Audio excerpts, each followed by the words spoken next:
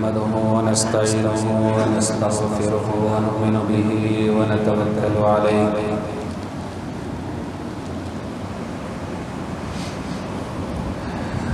ونعوذ بالله من شرور أنفسنا ومن سيئات أعمالنا من يهده الله فلا مضل له ومن يضلله فلا هادي له ونشهد أن لا إله إلا الله وحده لا شريك له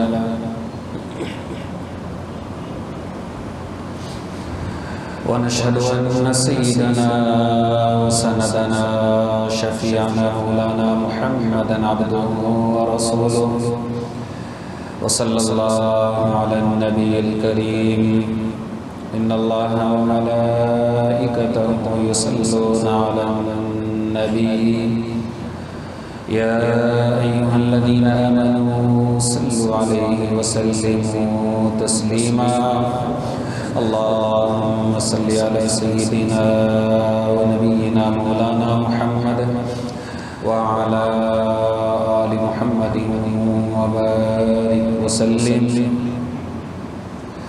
قال الله تبارك وتعالى في كتابه الكريم أعوذ بالله من الشيطان الرجيم بسم الله الرحمن الرحيم سبحان الذي أسرى بعبده ليلا من المسجد الحرام إلى المسجد الأقصى الذي باركنا حوله لنريه من آياتنا إنه هو السميع البصير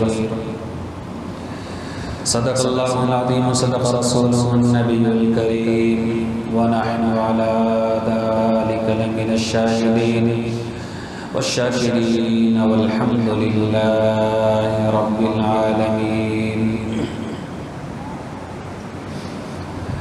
میرے محترم دوست اور بزرگوں، اللہ رب العزت کا بے انتہا احسان اور کرم ہے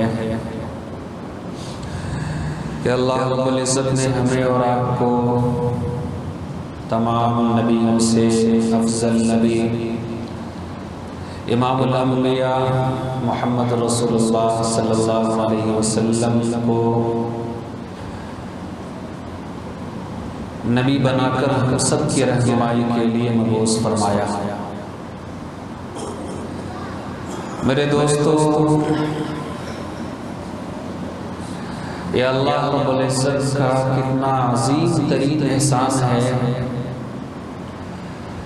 کہ اللہ رب العزت نے ہمیں اور آپ کو وہ عقل سلیم عطا فرمائی جس کی بنیاد پر ہم خیر اور شر کے درمیان میں تمیز کر سکتے ہیں، فرق پیدا کر سکتے ہیں۔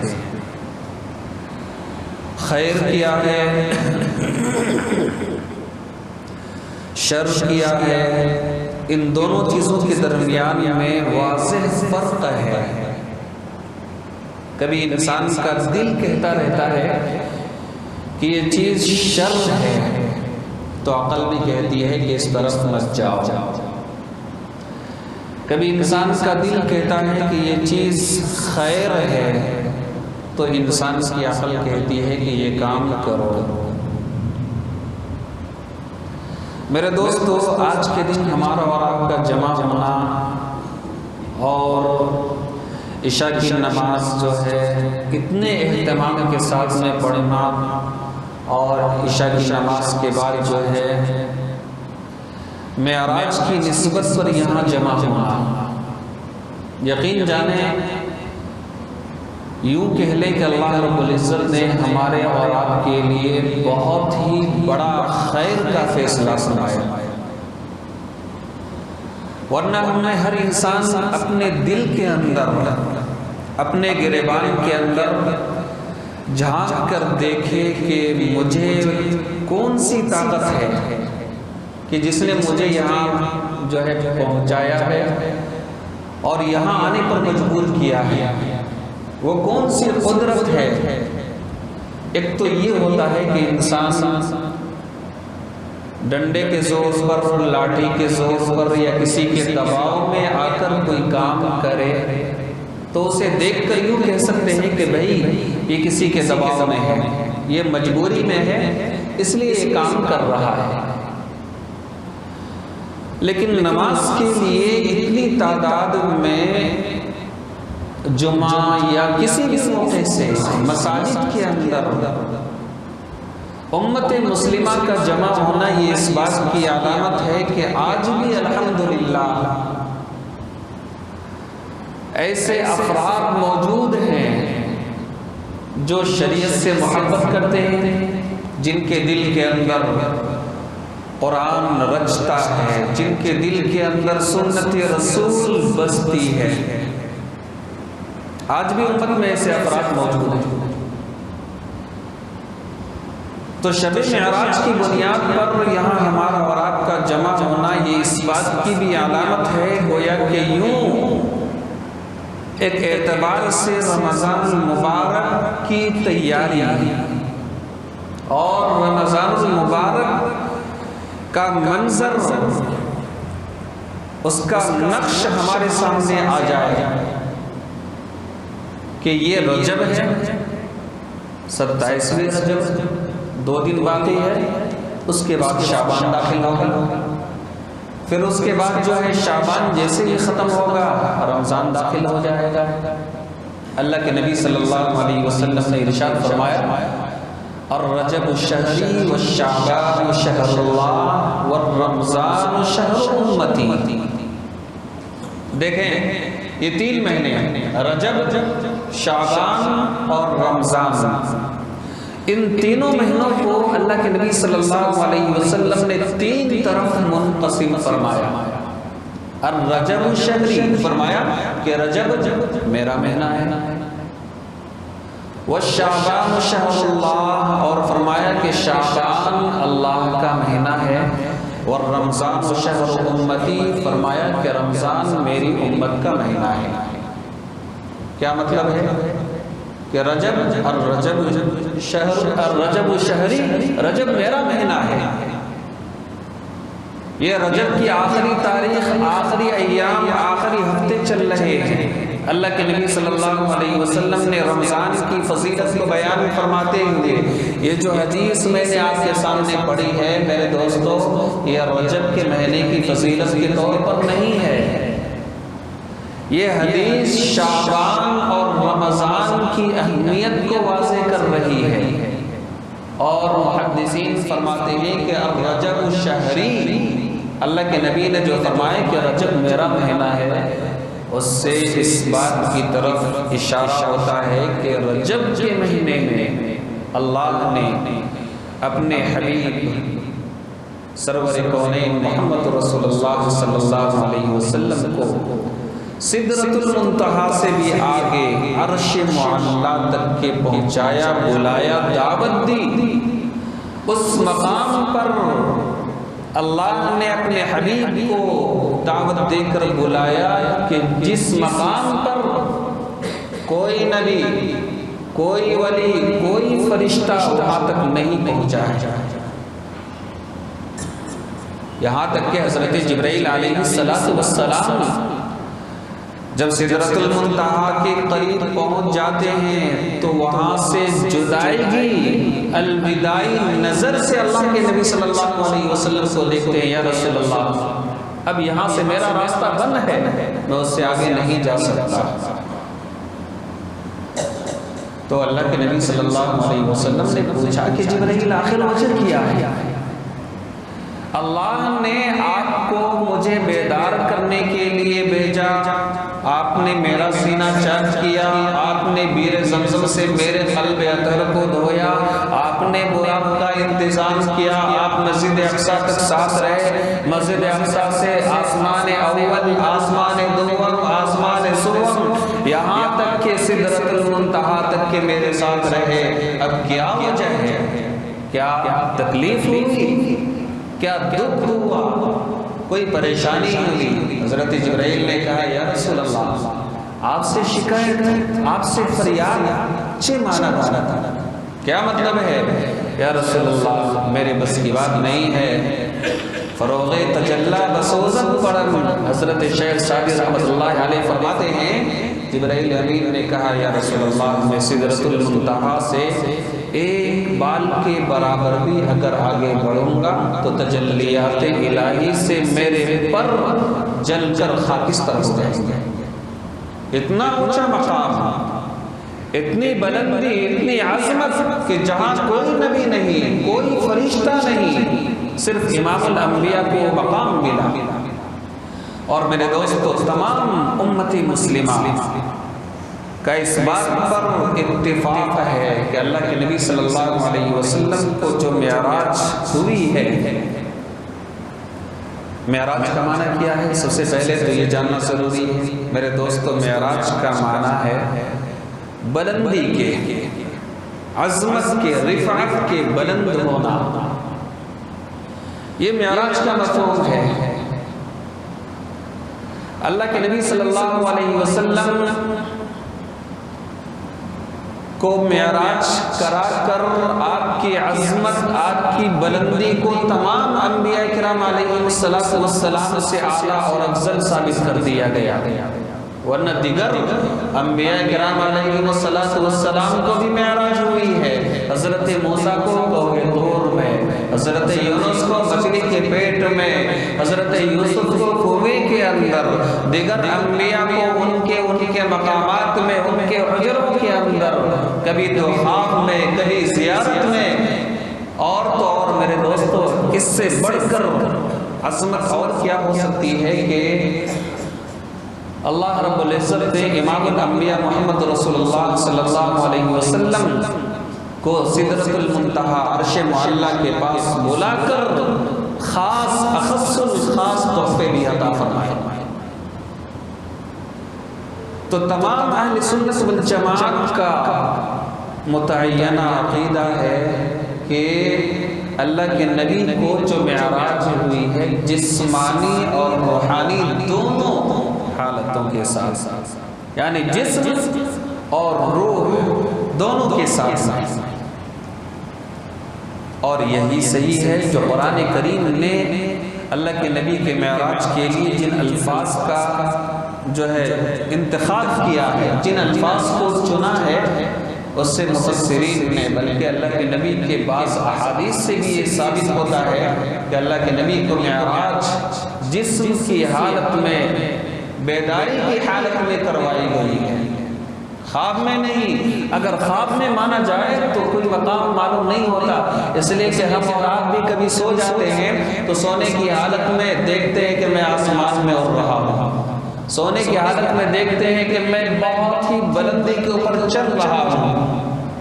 تو خواب میں انسان کچھ بھی دیکھتا رہتا ہے، آپ بھی دیکھتے ہیں، میں بھی دیکھتا ہوں. یہ کمال نہیں ہے، یہ انسان کا مزاج ہے. کمال تو یہ ہے کہ انسان بیداری کی حالت میں جسم اور روح دونوں کے ساتھ جو ہے بلندی کی طرف سفر کرے. یہ جو ہے مقام ہے، یہ کمال بھی ہے. اللہ کے نبی صلی اللہ علیہ وسلم ام ہانے کے گھر آرام فرما رہے ہیں، رات کا وقت ہے اور آپ کا معمول تھا کہ نوافل سے فارغ ہونے کے بعد عشاء کے فوری بعد جو ہے آرام کرنے کے لیے بستر پر لیٹ جایا جاتے تھے. میرے دوستو یہ نبی کی سنت ہے، عشاء کے بعد فضول کاموں میں پڑھنے کے بغیر، الا یہ کہ کوئی ایمرجنسی ہو یا ضروری ہو تو ان کا مسئلہ الگ بنتا ہے. بلا ضرورت شدیدہ عشاء کے بعد جاگنا شیطانی عمل ہے. اور میرے دوستو آج کل جو ہمارا ذہن، ہمارا دماغ تقریباً تبدیل ہو چکا ہے، سوچیں تبدیل ہو چکی ہے. چاہتے نہ چاہتے ہوئے بھی ہر حالت میں نماز پڑھنے کے باوجود بھی خواب کے اندر برے برے مناظر، بری بری تصویریں نظر آتی ہے. وجہ کیا ہے؟ راتوں میں تاخیر سے سونا، راتوں میں وقت کو برباد کر کے سونا، پھر فجر میں غفلت یا لاپرواہی کر دینا۔ فجر کی نماز بہت بڑا امتحان ہے، امت کے لیے امتحان ہے، خاص کر کے ایسے لوگوں کے لیے جو راتوں میں جاگتے ہیں اور فجر کی نماز کی انہیں پرواہ نہیں ہوتی ہے، ایسے لوگوں کے لیے امتحان ہے۔ اسی لیے بعض روایات میں آتا ہے کہ جس بندے کو فجر کی نماز کا اہتمام کرتے ہوئے دیکھو، ان کے ایمان کی گواہی دو، اس لیے کہ وہ اللہ کے ڈر سے، اللہ کے خوف سے اپنی نیند کو مکمل ایک وقت متعینہ کے ساتھ طے کر کے فجر کی نماز کے لیے بیدار ہوتا ہے۔ اللہ ہمیں بھی آپ کو بھی توفیق عطا فرمائے۔ تو اللہ کے نبی صلی اللہ علیہ وسلم کا معمول تھا، آپ آرام فرما رہے تھے گھر کے اندر، آپ خود فرماتے ہیں کہ میں جاگنے اور سونے کے درمیانی حالت میں تھا، یعنی جس طریقے سے انسان بولتے ہیں نا کہ میری نیند ابھی کچی تھی، ابھی پوری طرح سے میں نیند کی حالت میں داخل نہیں ہوا تھا، بیداری اور سونے دونوں کے درمیانی حالت میں تھا۔ اللہ رب العزت کی طرف سے حکم ہوا، اللہ رب العزت نے حضرت جبرائیل علیہ السلام کو حکم دیا، اور بعض روایت میں آتا ہے کہ جبرائیل علیہ السلام کے ساتھ ساتھ میں دیگر ملائک بھی اور فرشتے بھی، میکائیل وغیرہ بھی، صحابہ جو ہے فرشتوں کی ایک جماعت حضرت جبرائیل کے ساتھ تھی۔ میرے دوستو، اللہ رب العزت کا حکم ہوا، حضرت جبرائیل علیہ السلام کو حکم دیا گیا، جبرائیل جاؤ میرے حبیب کو انتہائی ادب، انتہائی عزت، انتہائی شرافت کرامت کے ساتھ، بغیر کسی تکلیف اور پریشانی کے میرے پاس میں جو ہے بلا کر لاؤ، ان کی میرے یہاں آج ملاقات کی دعوت ہے۔ حضرت جبرائیل کو تنبیہ کر دی کہ خبردار میرے حبیب کو ذرہ برابر بھی تکلیف نہ ہونی چاہیے، جس طرح عام انسان کو سونے کی حالت میں بیدار کیا جاتا ہے، ہم ہاتھ پکڑ کر ہلاتے ہیں، سروں کے پاس جا کر آواز دیتے ہیں، پیر جھٹکتے ہیں، اور سامنے والا کبھی ڈر کے ہڑبڑا کے اٹھ کے بیٹھ جاتا ہے۔ یہ تکلیف کا ایک ذریعہ ہے، انسان سوتے ہوئے انسانوں کو کس طرح سے جگانا چاہیے، آواز دے کر۔ بسا اوقات انسان جو ہے شرارت میں کیا کرتا ہے، پانی ڈال دیتا ہے، یا جو ہے اچانک جا کے چلا دیتا ہے، اس کی وجہ سے سامنے والا سونے والا کیا سوچتا ہے کہ کچھ حادثہ ہوا، ہر بڑا کے اٹھ کر بیٹھ جاتا ہے۔ علماء نے بھی منع فرمایا ہے، اور آج کے جو بڑے بڑے اطباء ہیں وہ بھی منع کرتے ہیں کہ اس کی وجہ سے انسان کی جان جا سکتی ہے۔ اللہ رب العزت نے حضرت جبرائیل علیہ السلام کو حکم دیا کہ خبردار تکلیف نہ ہو۔ حضرت جبرائیل علیہ السلام سرکار دو عالم محمد رسول اللہ صلی اللہ علیہ وسلم کے پاس تشریف لاتے ہیں۔ میرے دوستو، معمول کے مطابق نہیں، جس طرح انسان اپنے گھر کے اندر آنے جانے کے لیے ایک راستہ، ایک دروازہ رکھتا ہے، اس معمول سے ہٹ کر دیکھیں یہاں سے واقعہ شروع ہوتا ہے اور اخیر تک کے واقعات کے ہر جز اور ہر حصے پر آپ غور کریں، ہر حصہ خرق عادت سے بھرا ہوا نظر آئے گا، یعنی خلاف معمول سے ہٹ کر ہر کام نظر آئے گا۔ حضرت جبرائیل علیہ السلام کو حکم ہوا، اللہ رب العزت کے حکم کے مطابق گھر کی چھت کو اوپر سے جو ہے سوراخ کیا گیا، اوپر سے آنے کے لیے راستہ بنایا گیا۔ اللہ کے نبی صلی اللہ علیہ وسلم آرام فرما رہے، حضرت جبرائیل جو ہے پائے تابے کے پاس، حضرت میکائیل سرہانے کے پاس، اور دیگر تمام فرشتے آپ کی چاروں طرف جو ہے بیٹھے ہوئے ہیں۔ جبرائیل پوچھ رہے ہیں کس طرح سے بیدار کیا جائے، کس طرح سے بیدار کیا جائے۔ تو بعض فرشتوں نے کہا کہ انگلی پکڑ کر ہلایا جائے یا آواز دی جائے، لیکن من جانب اللہ حکم ہوا کہ جبرائیل کسی بھی چیز کو پکڑ کر ہلانے کی ضرورت نہیں ہے، بلکہ اپنا پر میرے حبیب کے قدموں کے نیچے رکھ دو، میرے حبیب بیدار ہو جائیں گے۔ حضرت جبرائیل علیہ السلام نے اپنا پر اللہ کے نبی کے قدم مبارک کے نیچے رکھا۔ کتنا عظیم ہمارا نبی ہے میرے دوستو، ہمارے نبی کا مقام کتنا بلند ہے۔ وہ جبرائیل ہیں جو قرآن کریم کو لے کر نازل ہونے والے، جو تمام فرشتوں کے سردار ہیں، ان کا پر بھی ہمارے اور آپ کے آقا کے قدموں کے تلے ہمارے آقا کو بیدار کرنے کے لیے متحرک ہو جاتے ہیں۔ حضرت جبرائیل علیہ السلام نے اپنے خداوندی کے مطابق جو ہے پر لگایا، اللہ کے نبی بیدار ہو گئے۔ اللہ کے نبی صلی اللہ علیہ وسلم کو بیدار کر کے جو ہے آپ کو وہاں سے بیر زمزم کے پاس لے کر جایا جاتا ہے، اور ان تمام واقعات کے راوی بذات خود اللہ کے نبی ہیں۔ وہ خود فرماتے ہیں مجھے بیدار کیا اور بیدار کر کے مجھے آب زمزم کے کنویں کے پاس پہنچایا گیا، اور بعض روایت کے مطابق حرم کے اندر مجھے لے جایا گیا۔ بہرحال جو بھی ہو، اس سے معلوم ہوتا ہے کہ اللہ کے نبی کو جسم کی حالت میں، جسم کے ساتھ، جسم اور روح کے ساتھ بیداری کی حالت میں آپ کو معراج کرایا گیا۔ پھر حضرت جبرائیل علیہ السلام کے بارے میں اللہ کے نبی فرماتے ہیں کہ میرا سینہ چاک کیا گیا، میرے سینے کے اندر سے کچھ نکالا گیا، نکال کر جو ہے آب زمزم سے دھویا گیا، زمزم کے پانی سے دھو کر بالکل صاف ستھرا کر کے پھر انہوں نے جو ہے اپنے ساتھ میں کچھ لایا ہوا تھا وہ بھی، اور اس چیز کو بھی جو ہے دھو کر پھر سے میرے دل کے اندر رکھ دیا گیا، اور میرے سینے کو ویسا ہی کر دیا گیا جیسا میں پہلے تھا۔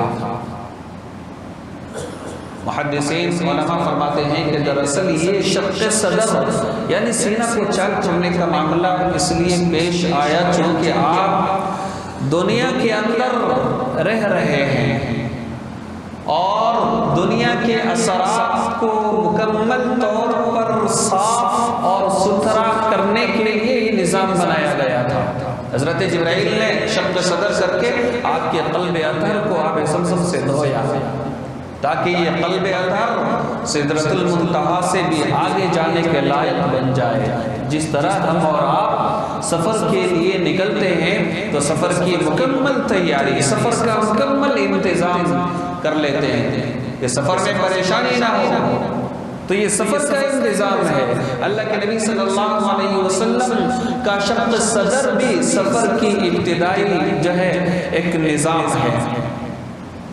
پھر فرماتے ہیں کہ شق صدر جب میرا کرا دیا گیا، پھر مجھے جو ہے میرے سامنے ایک براق نام کی ایک سواری میرے سامنے لائی گئی۔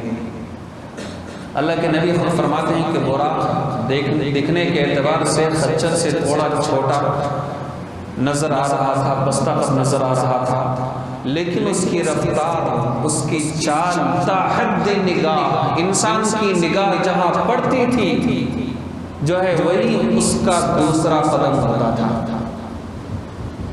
اتنی تیز رفتاری، اسی لیے براق کہا گیا۔ برق کا معنی ہوتا ہے بجلی کے۔ جس طرح آپ اپنے گھر کے کسی کونے میں لگے ہوئے بٹن کو دباتے ہیں تو دوسرے کونے میں سیکنڈ سے کم تر حصے کی تیز رفتاری کے ساتھ دوسرا بلب جل جاتا ہے۔ کتنی تیز رفتاری میں کرنٹ منتقل ہوتا ہے، یہ براق ہے جو اللہ کے نبی صلی اللہ علیہ وسلم کے لیے حضرت جبرائیل علیہ السلام نے انتظام فرمایا۔ چنانچہ سفر مسجد اقصی کی طرف شروع ہوتا ہے۔ میرے دوستو، اللہ کے نبی صلی اللہ علیہ وسلم کو براق کے اوپر سوار کرایا گیا۔ سفر شروع ہوتا ہے۔ دوران سفر ایک جگہ پر سے آپ کا گزر ہوا تو حضرت جبرائیل علیہ السلام نے فرمایا کہ یا رسول اللہ، آپ یہاں اتر کر 2 رکعت نماز پڑھیے۔ آپ نے حضرت جبرائیل کے حکم کے مطابق اتر کر 2 رکعت نماز پڑھی۔ جبرائیل نے بتایا یا رسول اللہ یہ آپ کا مقام یثرب ہے، یعنی یہ وہ جگہ ہے جہاں آپ ہجرت کر کے آئیں گے مکہ المکرمہ سے۔ اس زمانے میں مدینہ کو یثرب کہا جاتا تھا اور اللہ کے نبی نے اس کا نام بدل کر جو ہے مدینہ فرما دیا۔ پھر سواری پر سوار ہو کر پھر سفر شروع کرتے ہیں۔ پھر ایک جگہ پر حضرت جبرائیل نے کہا یا رسول اللہ یہاں بھی نماز پڑھیے 2 رکعت۔ اس طریقے سے 3-4 مقامات پر نماز کا حکم ہوتا رہا، اللہ کے نبی پڑھتے رہے، نماز کا حکم ہوتا رہا، اللہ کے نبی پڑھتے رہے، اور حضرت جبرائیل بتاتے بھی رہے کہ یہ یثرب ہے، آپ کا مقام ہجرت ہے، تو یہ کوہ طور ہے، یہ شجر طوبہ ہے کہ جہاں حضرت موسیٰ علیہ السلام جو ہے اللہ رب العزت سے ہم کلام ہوتے تھے۔ یہ مقام مدین ہے جو حضرت شعیب علیہ السلام کا مسکن ہے، رہنے کی جگہ ہے۔ یہ بیت اللحم ہے، یہ حضرت عیسیٰ علیہ السلام کی پیدائش کی جگہ ہے۔ گویا کہ یثرب یعنی مدینہ، کوہ طور اور مدین اور جو ہے بیت اللحم، یہ 4 مقامات پر آپ کو اتارا جاتا تھا اور آپ کو 2 رکعت نماز پڑھائی جاتی تھی۔ روایت میں آتا ہے کہ اللہ کے نبی صلی اللہ علیہ وسلم خود فرماتے ہیں کہ جب ان 4 مقامات سے میں آگے نکلا تو مجھے ایک بوڑھی عورت اور ایک بوڑھا مرد مجھے نظر آیا۔ بوڑھی عورت نے جو ہے مجھے اپنی طرف مائل کرنے کی کوشش کی، بوڑھا مرد نے بھی مجھے اپنی طرف مائل کرنے کی کوشش کی، بعض روایت میں سلام کیا۔ اللہ کے نبی اس طرف متوجہ ہونا چاہے تو حضرت جبرائیل نے منع فرما دیا یا رسول اللہ آگے چلتے رہیے، آگے چلتے رہیے۔ پھر آگے اللہ کے نبی صلی اللہ علیہ وسلم کو 2 پرنور چہرے نظر آئے، انہوں نے بھی سلام کیا۔ حضرت جبرائیل نے کہا یا رسول اللہ ان کے سلام کا جواب دیجیے۔ اللہ کے نبی بھی حیرت میں تھے، حضرت جبرائیل سے پوچھا جبرائیل آخر کیا وجہ ہے؟ کہیں تم سلام کا جواب دینے کے لیے مجھے کہتے ہو، کہیں منع کرتے ہو، کہیں اس کی طرف توجہ دینے سے منع کر رہے ہو، آخر وجہ کیا ہے؟ تو حضرت جبرائیل نے فرمایا یا رسول اللہ پہلی جو بوڑھی جس نے آپ کو اپنی طرف متوجہ کرنے کی کوشش کی تھی وہ جو ہے دنیا تھی، اور دوسرا جو بوڑھا تھا جس نے آپ کو اپنی طرف مائل کرنے کی کوشش کی تھی وہ شیطان تھا۔ ان دونوں نے جو ہے آپ کو اپنی طرف مائل کرنے کا ناکام جو ہے ارادہ کیا تھا۔ گویا کہ شیطان اور دنیا یہ دونوں چیزیں ایسی ہیں جو انسان تو معمولی انسان تو دور کی بات ہے، ہم جب قرآن پڑھ رہے ہوتے ہیں یا کوئی نیک عمل کر رہے ہوتے ہیں تو ہمارے دل کے اندر الگ کھچڑیاں بن رہی ہوتی ہے۔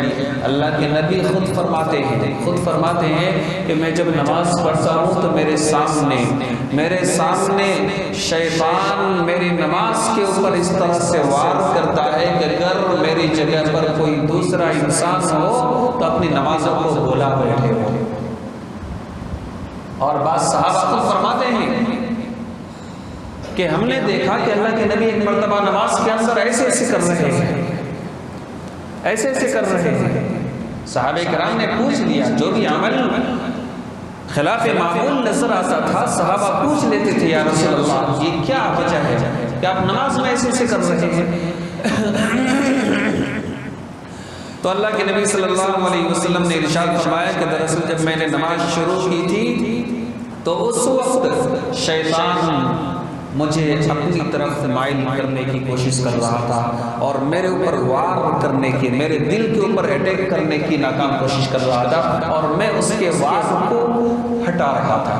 یہ جو محراب ہے نا، یہ محراب اور یہ منبر، محراب یہ وہ جگہ ہوتی ہے جہاں شیطان کی بھرپور جو ہے کوشش ہوتی ہے اور بھرپور حملہ ہوتا ہے۔ محراب کا معنی اگر آپ ڈکشنری میں اٹھا کر دیکھیں تو آپ کو کیا نظر آئے گا معلوم ہے؟ محراب کا معنی میدان جنگ، محراب کا معنی جنگ کا میدان ہوتا ہے، اور جب ایک امام کھڑا ہوتا ہے تو اس کے اوپر ہزاروں چاروں طرف سے شیاطین کی وار ہوتی، چونکہ اس کی ایک کی نماز کا مسئلہ نہیں ہوتا ہے، اس کی ایک کی نماز کا مسئلہ نہیں ہوتا، 50 لوگوں کی نماز بگاڑنی مقصود ہوتی ہے، اس لیے سب سے زیادہ محنت محراب کے اندر کھڑے ہونے والے شخص کے اوپر ہوتی ہے۔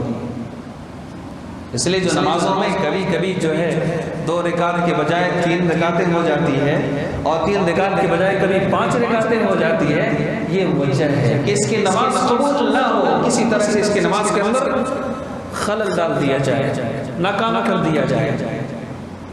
تو محراب کا مفہوم یہ ہے میدان جنگ، یعنی شیطانوں سے لڑائی جنگ کرنے کا موقع۔ تو اللہ کے نبی صلی اللہ علیہ وسلم فرماتے ہیں کہ میرے اوپر تو وار کرتا ہے، لیکن مجھ سے زیادہ وار میرے امت کے اوپر شیطان کرتا ہے، اور میری امت ہے کہ ایک ہی وار میں گھائل ہو جاتی ہے۔ اللہ کے نبی سے حضرت جبرائیل نے فرمایا، یا رسول اللہ، یہ بوڑھی دنیا تھی اور یہ بوڑھا شیطان تھا، ان دونوں نے آپ کو اپنی طرف مائل کرنے کی کوشش کی تھی، اس لیے میں نے آپ سے فرمایا کہ آپ جو ان کی طرف توجہ نہ کریں۔ اللہ کے نبی صلی اللہ علیہ وسلم فرماتے ہیں کہ پھر ہمارا سفر وہاں سے آگے ہوتا ہے۔ ہاں، وہ بیچ میں 2 نورانی چہرے کے بارے میں حضرت جبرائیل نے فرمایا، یا رسول اللہ، ان 2 شخصوں کے بارے میں آپ کو معلوم ہے وہ کون تھے؟ حضرت اللہ کے نبی نے فرمایا کہ جبرائیل تم ہی بتاؤ۔ تو جبرائیل نے کہا، یا رسول اللہ، وہ حضرت موسیٰ اور حضرت ابراہیم علیہ السلام، اور ایک روایت کے مطابق حضرت موسیٰ اور حضرت ہارون تھے، جنہوں نے آپ کو دیکھ کر جو سلام کیا۔ اب ذہن کے اندر سوال پیدا ہوتا ہے کہ حضرت موسیٰ علیہ السلام کئی عرصہ پہلے اس دنیا سے رخصت ہو گئے، پھر وہاں کیسے نظر آئے؟ وفات پا چکے نا، دنیا سے پردہ فرما چکے، پھر اللہ کے نبی سے ملاقات۔ تو میرے دوست، جیسا کہ میں نے شروع ہی میں کہا تھا کہ اس واقعے کی ابتدا سے لے کر انتہا تک ہر چیز خلاف معمول، ہر چیز خلاف معمول، اور ممکن ہے کیوں نہ ہو، وہ تو امام الانبیاء تھے، امام الانبیاء تھے، ان کے استقبال کے لیے تمام انبیاء کرام علیہ السلام کو راہوں کے اندر لگا دیا گیا کہ میرے حبیب آ رہے ہیں، ان کا استقبال کرو۔ اللہ کے نبی فرماتے ہیں کہ جب میں وہاں سے نکلا تو میں نے دیکھا کہ میرا بزر ایک ایسے قوم کے اوپر ہوا کہ جن کے ہاتھوں کے جو ناخن تھے وہ لوہے اور تانبے وغیرہ کے بنے ہوئے تھے، خطرناک ترین انداز میں ناخن تھے، اور وہ لوگ جو ہے اپنے ناخنوں سے اپنے سینے کو، اپنے چہروں کو چھیل رہے تھے۔ اللہ کے نبی صلی اللہ علیہ وسلم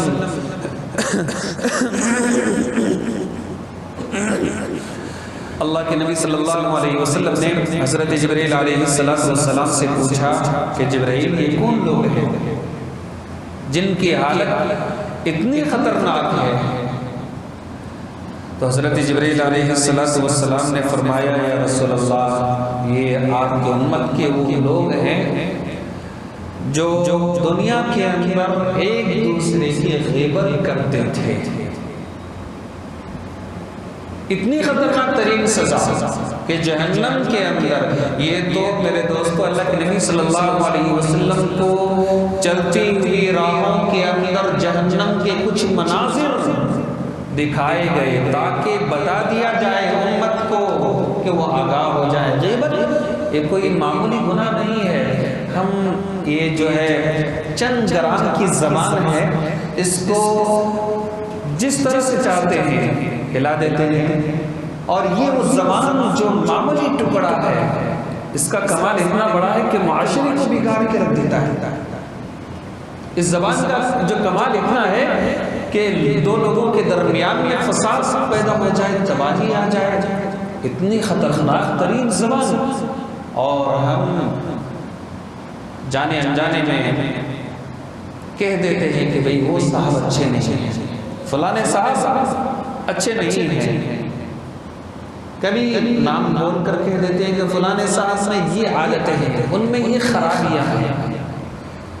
بولنے والے کو احساس نہیں ہوتا ہے کہ میں جو جملہ جو کلام اپنی زبان سے نکال رہا ہوں یہ برائی سے آگے بڑھ کر غیبت ہے، جس کے بارے میں قرآن کریم کہتا ہے وَلَا يَغْتَبْ بَعْضُكُمْ بَعْضًا، تم ایک دوسرے کی غیبت نہ کیا کرو۔ أَيُحِبُّ أَحَدُكُمْ أَن يَأْكُلَ لَحْمَ أَخِيهِ مَيْتًا فَكَرِهْتُمُوهُ، کیا تم اس بات کو پسند کرتے ہو کہ تمہارا کوئی بھائی انتقال کر چکا ہو اور ان کے مرنے کے بعد ان کے جسموں سے ان کا گوشت جو ہے نوچ نوچ کر کھاؤ، اس بات سے تم پسند کرتے ہو؟ کتنی گندی چیز ہے، کوئی انسان سوچ بھی نہیں سکتا۔ مر کر گوشت کھانا تو دور کی بات ہے، اپنے ہاتھوں کے اندر زخم ہو جاتا ہے، پیپ بہہ کر نکلنا شروع ہو جاتا ہے تو اس سے نفرت ہو جاتی ہے، اس کو جو ہے بینڈیج کروا دیتے ہیں، پیک کروا دیتے ہیں تاکہ نظر نہ آئے۔ ہمیں ہمارے جسم سے نکلے ہوئے غلاظت کو ہم پسند نہیں کرتے ہیں، چاہے کہ اپنے مردار بھائی کا گوشت کھائیں، اللہ حفاظت فرمائے۔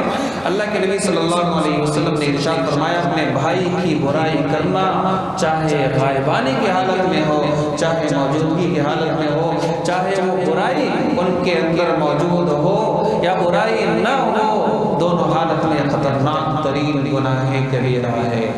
ان کی سزا یہ ہے کہ جہنم کے اندر ان کے انگلیوں کے اوپر جو ناخن ہیں وہ ناخن لوہے اور تانبے کے بنا دیے جائیں گے اور جو ہے اس سے اپنے سینوں کو چھل نکلتا رہے گا اور جو ہے نوچتا رہے گا، کھالوں کو ادھیڑتا رہے گا۔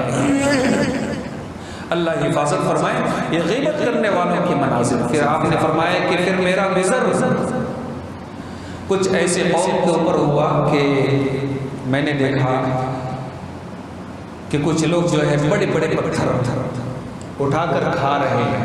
ایک روایت تو یہ ہے اور ایک روایت یہ بھی ہے کہ آپ نے فرمایا کہ میں نے دیکھا کہ کچھ لوگوں کے پیٹ مٹکوں کے برابر ہے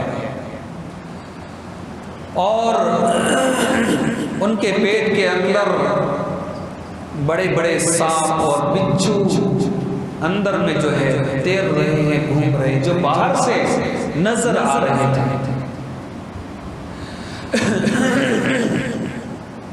اللہ کے نبی صلی اللہ علیہ وسلم نے حضرت جبرائیل علیہ السلام سے پوچھا کہ جبرائیل یہ کون لوگ ہیں؟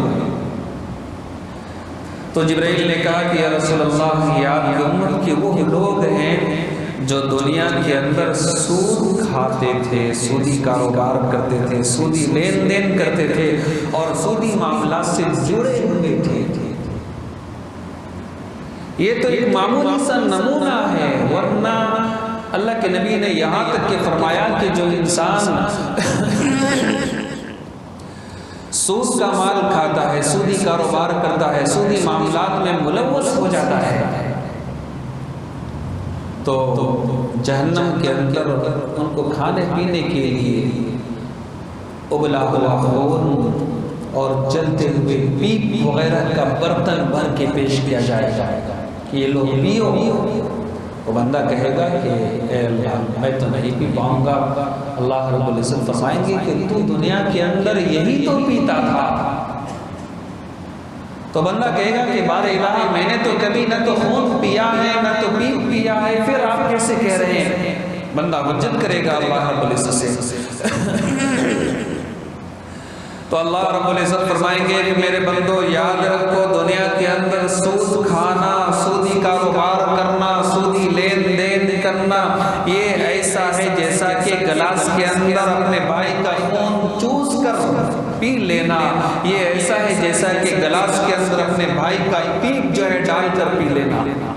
تم وہ پیتے تھے یہاں بھی پی ہو۔ اللہ کے نبی صلی اللہ علیہ وسلم فرماتے ہیں کہ پھر جو ہے میرا سفر آگے ہوا تو راستے میں نے دیکھا کہ کچھ ایسے بھی لوگ ہیں کہ جن کے سروں کو بڑے بڑے پتھروں سے کچلا جا رہا ہے۔ ایک بار کچل دیا جاتا ہے پھر جو ہے دوبارہ اس کا سر معمول کے مطابق ہو جاتا ہے۔ تو اللہ کے نبی صلی اللہ علیہ وسلم نے پوچھا جبرائیل یہ کون لوگ ہیں؟ تو جبرائیل امین نے کہا یا رسول اللہ یا آپ کی امت کے وہ لوگ ہیں جو نماز کے اندر غفلت اور سستی کاہلی کیا کرتے تھے۔ دیکھیں جملہ دیکھیں، اللہ کے نبی نے کیا فرمایا؟ یہ وہ لوگ ہیں جو نماز کے اندر غفلت اور سستی کیا کرتے تھے۔ آپ نے یہ نہیں فرمایا کہ نماز نہیں پڑھتے تھے۔ نماز کے اندر غفلت کرنا اس کی سزا اتنی خطرناک ترین ہے، تو نماز کو چھوڑ دینے کی سزا کتنی خطرناک ترین ہے۔ یہ تو معمول غفلت اور لاپرواہی۔ آج ہماری حالت کیا ہوتی ہے کہ چلو بھائی نماز 5 منٹ ہے، اب جائیں گے، شیطان کہتا ہے کہ ابھی 5 منٹ ہے۔ شیطان کیا کہتا ہے؟ چلو ابھی 5 منٹ ہے، پھر جو ہے تھوڑی دیر کے بعد دیکھتا ہے چلو 3 منٹ ہے۔ شیطان کہتا ہے 3 منٹ ہے، چلو جلدی جلدی یہ کام نپٹا لو۔ پھر جب دیکھتا ہے کہ ہاں 1 منٹ ہے، جلدی جلدی جو ہے بھاگتے ہوئے آتا ہے اور پھر جو ہے وضو کرتا ہے، وضو کر کے بھاگتے بھاگتے آتا ہے، جب تک جو اس کی 1 رکعت جو ہے نکل جاتی ہے۔ بس شیطان کامیاب ہے اپنی محنت میں۔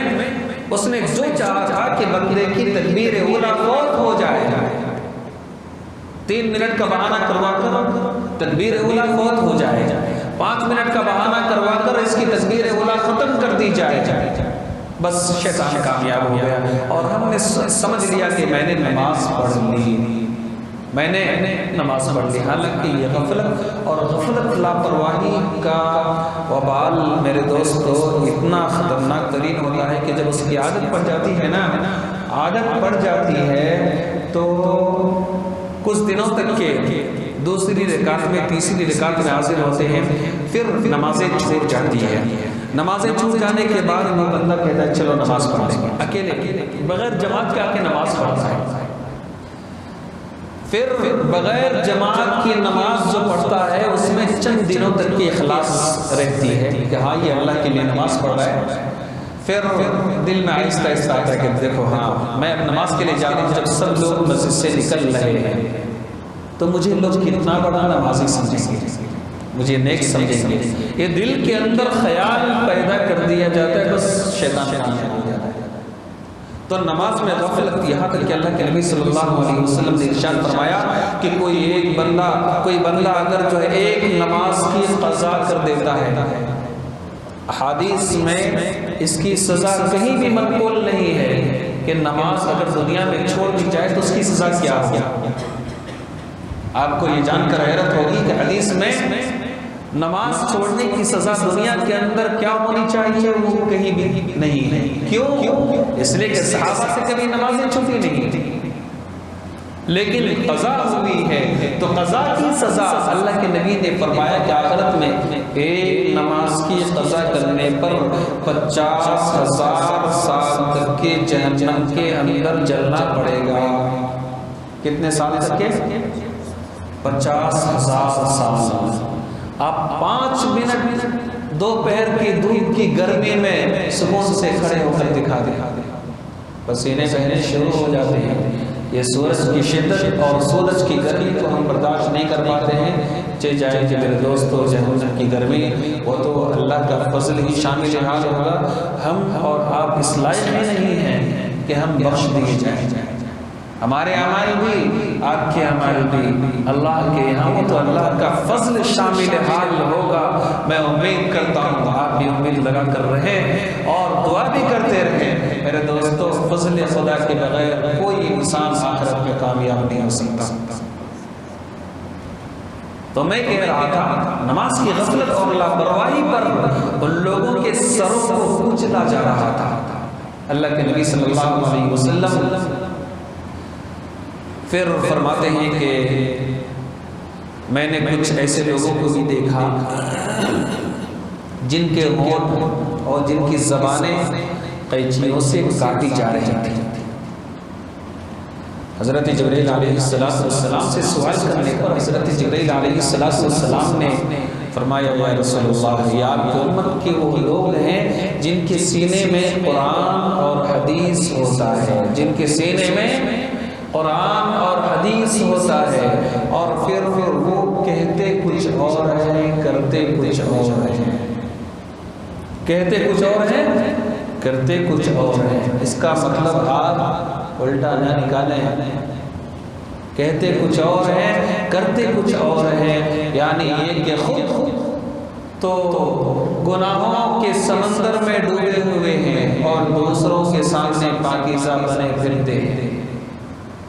یقولون ما لا تفعلون، تو ایسے لوگوں کی زبانیں قینچیوں سے کاٹی جا رہی ہوں گی، ہونٹ قینچیوں سے کاٹے جا رہے ہوں گے، اللہ معاف فرمائے۔ حالانکہ زمانے کے علماء کا مقام میرے دوستو بنی اسرائیل کے انبیاء کے برابر ہے۔ بنی اسرائیل کے جو نبی تھے، اللہ کے نبی سے پہلے جتنے بھی انبیاء کرام علیہ السلام آئے وہ کس میں تھے؟ بنی اسرائیل میں تھے۔ تو بنی اسرائیل کے جو نبی تھے، اس زمانے کے علماء حفاظ کا وہ مقام ہے، اللہ معاف فرمائے۔ سرکار دو عالم محمد رسول اللہ صلی اللہ علیہ وسلم فرماتے ہیں کہ پھر ہم لوگ جو ہے مسجد اقصیٰ کے پاس پہنچے، ہم نے دیکھا کہ مسجد اقصیٰ کے چاروں طرف سواریاں لگی ہوئی ہیں، سارے انبیاء کرام علیہ السلام اپنی سواری پر مسجد اقصیٰ میں پہنچ چکے تھے۔ اللہ کے نبی اپنے براق سے اترے، حضرت جبرائیل نے براق سے اترے۔ روایت میں ہے کہ پتھر کے اندر سوراخ کیا گیا۔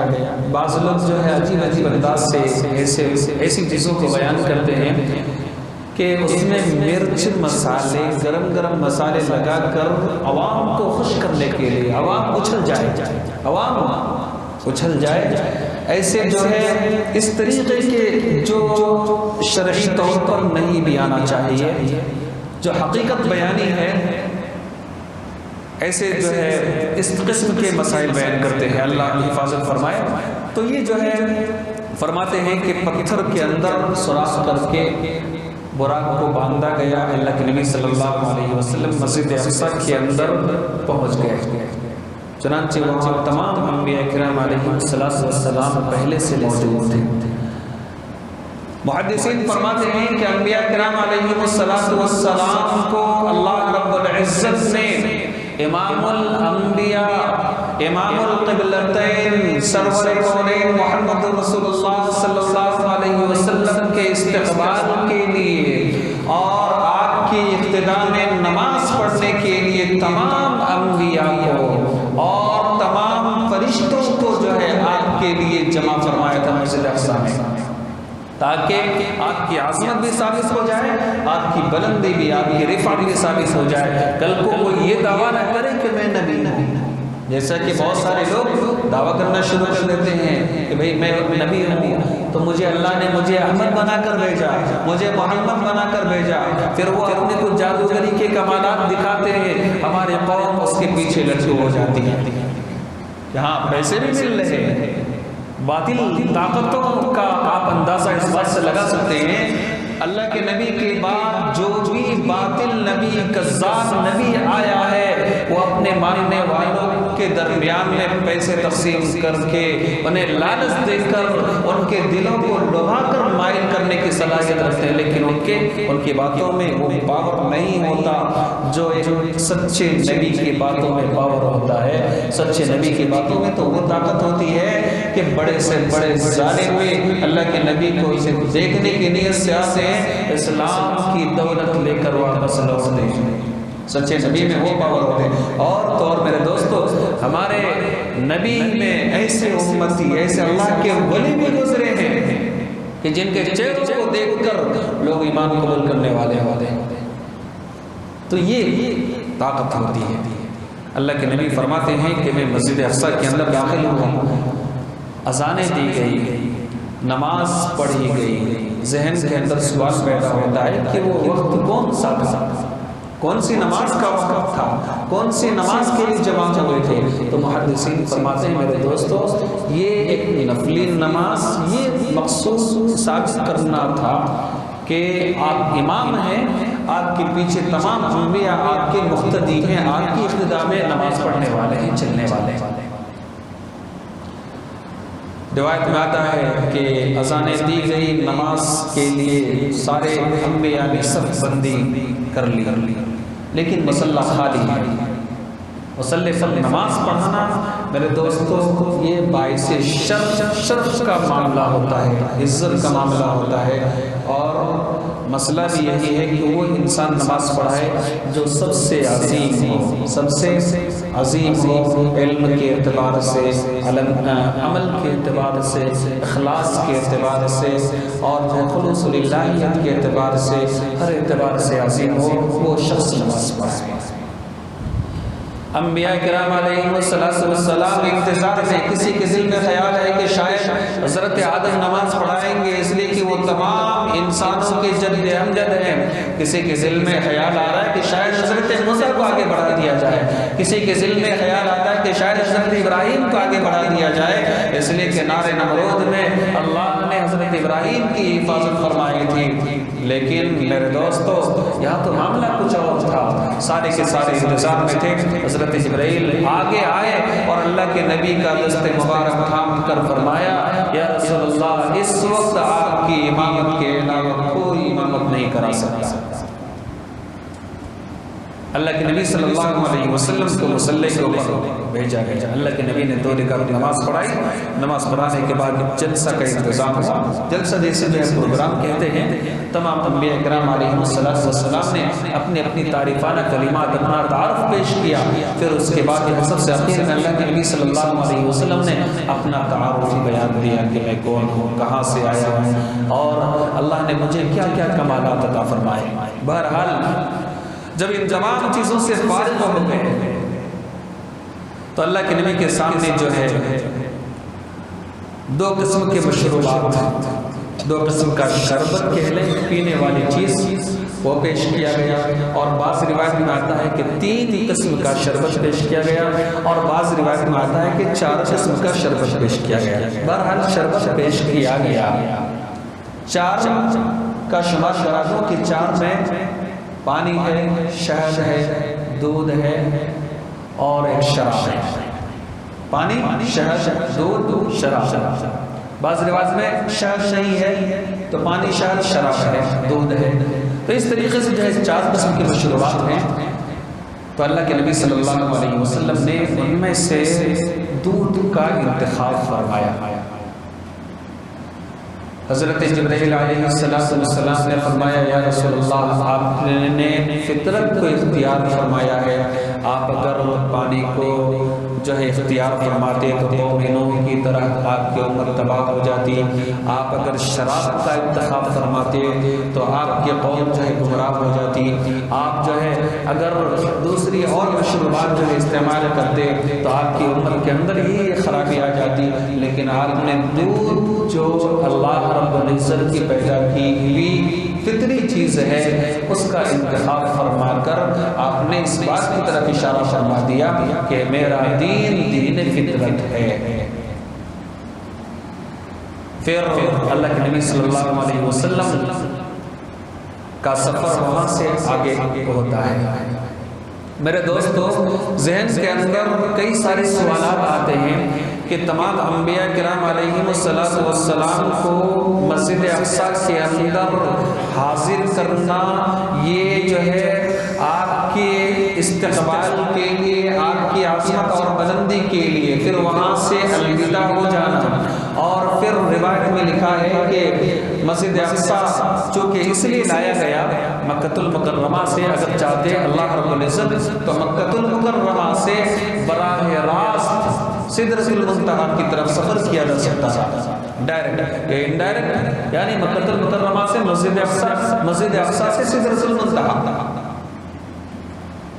تو مقصود یہ ہے کہ قرآن کریم کہتا ہے کہ الاقصی الذی بارکنا حولہ، سبحان الذی اسریٰ بعبدہ لیلا من المسجد الحرام الی المسجد الاقصی الذی بارکنا حولہ۔ قرآن گواہی دیتا ہے کہ مسجد اقصیٰ وہ جگہ ہے کہ جن کے چاروں طرف ہم نے برکتوں کی بارش برسائی ہوئی ہے، ہر وقت بارشوں برکتوں کی بارشیں جو ہے مسلادھار ہوتی رہتی ہے وہاں۔ جس طرح مسجد حرام اور مسجد نبوی کے اندر اللہ کی رحمتیں نازل ہوتی رہتی ہے، اسی طریقے سے قبلتین مسجد اقصی بھی جو ہے وہاں بھی اللہ رب العزت کی رحمتیں نازل ہوتی رہتی ہے۔ تو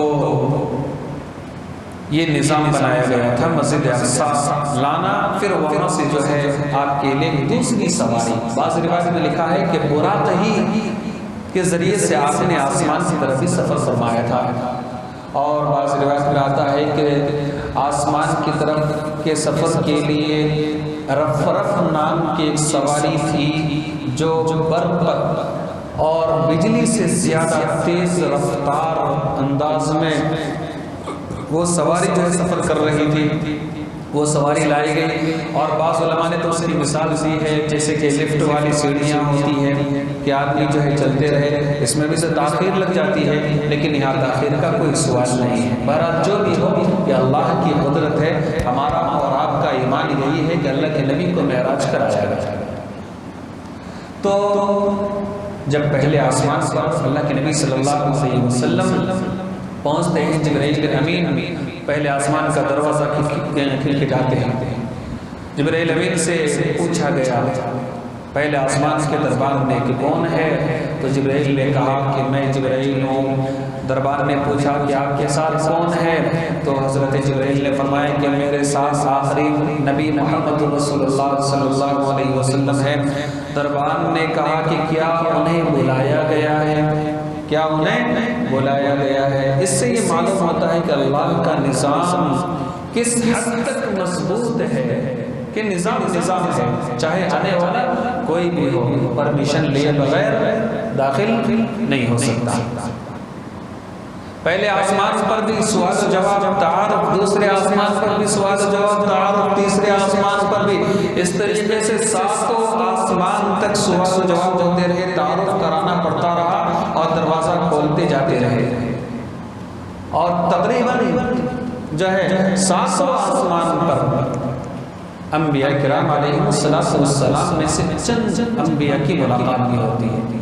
روایت میں آتا ہے کہ حضرت آدم علیہ السلام سے ملاقات ہوتی ہے، حضرت عیسیٰ علیہ السلام سے ملاقات ہوتی ہے، حضرت یوسف علیہ السلام سے ملاقات ہوتی ہے، حضرت ادریس علیہ السلام سے ملاقات ہوتی ہے، حضرت ہارون علیہ السلام سے ملاقات ہوتی ہے، حضرت موسیٰ علیہ السلام سے ملاقات ہوتی ہے، حضرت ابراہیم علیہ السلام سے ملاقات ہوتی ہے ساتویں آسمان پر۔ یہ ترتیب ہے میرے دوستو۔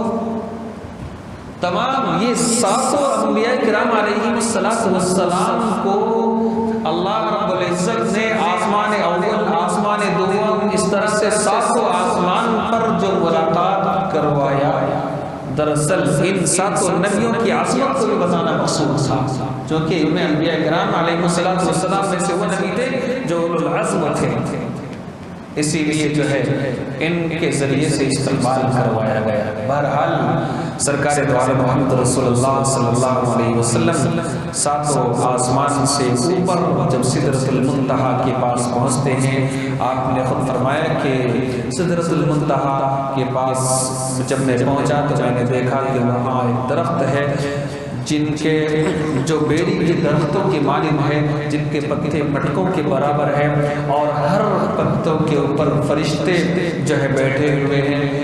اور اللہ کے نبی صلی اللہ علیہ وسلم نے ارشاد فرمایا کہ مجھے وہاں سدرۃ المنتہا کے پاس قلم کے چلنے کی آواز آ رہی تھی۔ کیا فرمایا؟ کہ قلم کے چلنے کی آواز آ رہی تھی۔ محدثین فرماتے ہیں کہ دراصل یہ وہ آواز تھی جو انسان کے نظام کو چلانے کے لیے طے کیا جاتا ہے۔ تقدیر بولتے ہیں نا جسے، کہ قیامت تک کے آنے والی نسل کون کب پیدا ہوگا، کب مرے گا، اور جو ہے کتنا کھائے گا، کتنا کمائے گا، کہاں جائے گا، موت ایکسیڈنٹ کے ذریعے سے ہوگی، یہ ہر انسان کے ساتھ میں ایک نہیں ہزاروں مسئلے لگے ہوئے ہوتے ہیں۔ اللہ کے نبی نے فرمایا کہ وہاں سدرۃ المنتہا کے پاس میں نے سنا کہ قلم کی آوازیں آ رہی تھیں۔ پھر میرا سفر وہاں سے آگے ہوتا ہے۔ ثم دنا فتدلى فكان قاب قوسين او ادنى۔ قرآن کریم جو بیان کرتا ہے کتنی قربت، اتنا زیادہ قریب ہو جانا، اللہ کی تجلی، اللہ کی عظمت کو برداشت حضرت موسیٰ نہیں کر پائے۔ حضرت موسیٰ علیہ السلام نے کہا تھا ربی ارینی انظر الیک، ربی ارینی انظر الیک۔ موسیٰ علیہ السلام نے درخواست کی تھی بار الہ میں آپ کی زیارت کرنا چاہتا ہوں، میں آپ کو دیکھنا چاہتا ہوں، تیری ذات کیسی ہے، تو کیسا ہے؟ تو اللہ رب العزت نے فرمایا لن ترانی، لن ترانی، ہرگز مجھے نہیں دیکھ سکتے۔ تو حضرت موسیٰ تھے، حضرت موسیٰ نے اصرار فرمایا کہ نہیں اے اللہ، اے میرے رب، میں آپ کو دیکھنا چاہتا ہوں۔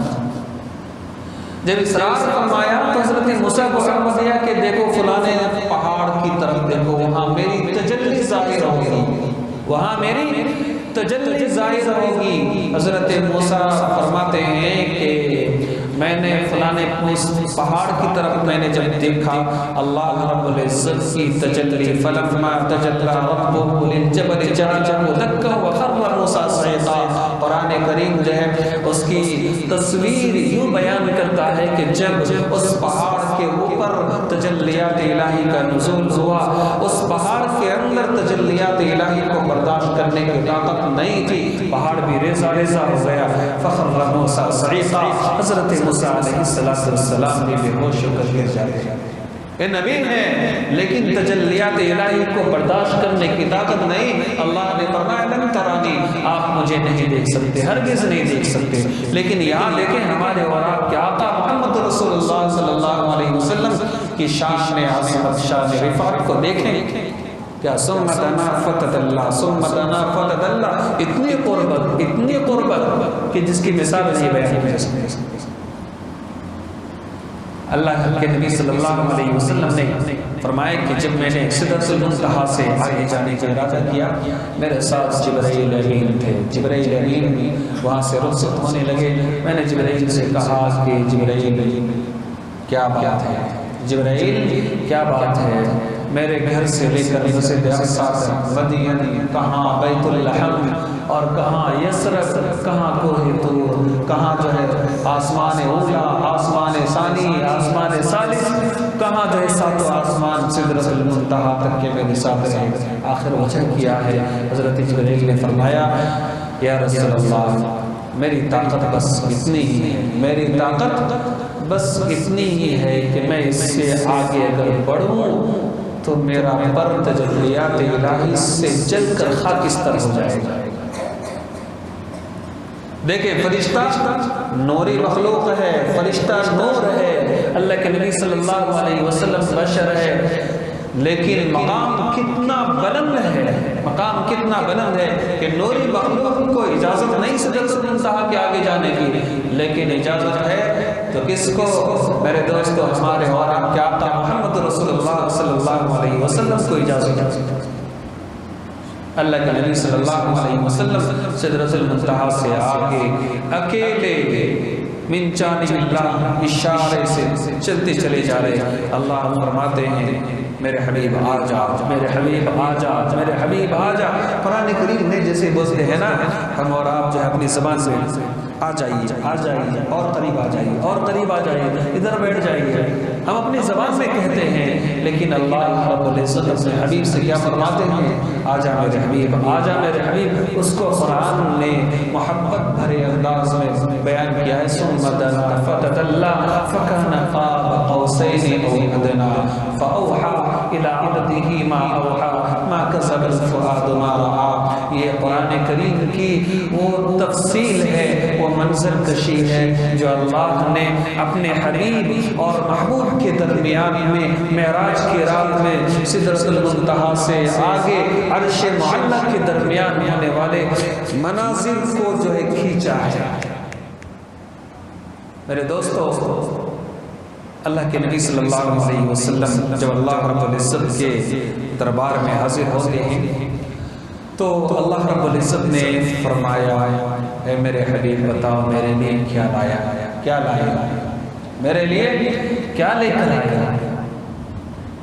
یہ تو دنیا کا رسم ہے، رواج ہے کہ ہم کسی مہمان کے یہاں، اپنے دوست و احباب کے یہاں، کسی بیمار کے پاس جاتے ہیں ملنے کے لیے، تو سمجھتے ہیں کہ کیسے خالی ہاتھ جاؤ، وہاں میرے بھتیجے ہوں گے، میرے بھانجے ہوں گے، تو ان کے لیے کچھ کپڑے، کچھ چیزیں، کچھ مٹھائی، کچھ خرید لیا، تحفے تحائف جو ہے اپنے رشتہ داروں کے لیے خرید کر لے کر جاتے ہیں۔ یہ ہمارا اور آپ کا نظام ہے۔ ارے دوستو، وہاں کیا نظام ہے؟ ہمارے اور آپ کے آقا سے جب سوال کیا گیا، میرے حبیب بتاؤ میرے لیے کیا لائے؟ اللہ کے نبی نے فرمایا التحیات للہ والصلوات والطیبات، یہ 3 ہدیہ کہہ لیں یا اعمال کہہ لیں، وہاں تو محبت کا ماحول تھا، محبت کا منظر تھا، ہدیہ کہہ لیں۔ اللہ کے نبی نے فرمایا اے بار الہ التحیات للہ، تمام قولی عبادتیں، والصلوات، تمام فعلی عبادتیں، تمام مالی عبادتیں، یہ تینوں قسم کی عبادت ہے اللہ تیرے لیے ہے۔ دیکھیں معراج پر اللہ کے نبی دربار الہی میں جا رہے ہیں، التحیات للہ والصلوات والطیبات، اعمال میں، اقوال میں، افعال میں، عبادات سارے کے سارے اللہ کے لیے ہو، اسی لیے جو ہے دعا کی تلقین کروائی جاتی ہے، قل ان صلاتی ونسکی ومحیای ومماتی للہ رب العالمین، اعلان کرو ان صلاتی، میری نماز لوگوں کے لیے نہیں، میری نماز لوگوں کے لیے نہیں، ان صلاتی، بلکہ میری نماز، ونسکی، میری قربانی لوگوں کے لیے نہیں، اللہ کے لیے، ونسکی ومحیای، میرا جینا، ومماتی، اور میرا مرنا، دیکھیں میری نماز، میری قربانی، میرا جینا، میرا مرنا للہ رب العالمین، اللہ کے لیے ہو۔ اس بات کا اعلان ہر امت کی زبان سے کروایا جاتا ہے، اور یقین تلقین کروائی جاتی ہے اخلاص پیدا کروانے کے لیے کہ نماز پڑھ رہے اللہ کے لیے پڑھو، قرآن پڑھ رہے ہیں اللہ کے لیے پڑھو، قربانی دے رہے ہیں اللہ کے لیے پڑھو، تب کہیں جا کر ہمارا عمل، ہمارا ہدیہ اللہ کے دربار میں قابل قبول ہوگا۔ میرے دوستو، اس کو آپ، میں نے بتایا نا کہ اس کو ہدیہ کہہ لیں، اس لیے کہ وہ بڑا منظر تھا، لیکن اگر دکھلاوے کے لیے ہو تو ہمارے ہدیے ہمارے منہ کے اوپر مار دیے جائیں گے کہ تمہارا ہدیہ، تمہارے مال کی، تمہارے عبادت کی، تمہارے ہدیوں کی ہمیں کوئی ضرورت نہیں ہے۔ تو اللہ کے نبی صلی اللہ علیہ وسلم سے جب پروردگار عالم نے پوچھا کہ میرے حبیب بتاؤ میرے لیے کیا لایا ہے، تو اللہ کے نبی نے فرمایا 3 عمل، التحیات للہ والصلوات والطیبات۔ تو بدلے میں اللہ رب العزت نے فرمایا السلام علیکہ ایھا النبی، نمبر 1، ورحمت اللہ، نمبر 2، وبرکاتہ، نمبر 3 نعمتیں اللہ نے اپنے حبیب کو بدلے کے طور پر عطا فرمایا۔ حبیب پاک نے 3 ہدیے پیش فرمائے، اللہ رب العزت نے 3 تحفے تبادلے کے طور پر پیش فرمایا۔ السلام علیکہ ایھا النبی، اے نبی آپ پر سلامتی ہو، ورحمت اللہ، سلامتی کے ساتھ میں اللہ کی رحمت بھی ہو، اور رحمت کے ساتھ ساتھ برکات ہو، اور اللہ کی برکتیں بھی آپ پر ہو۔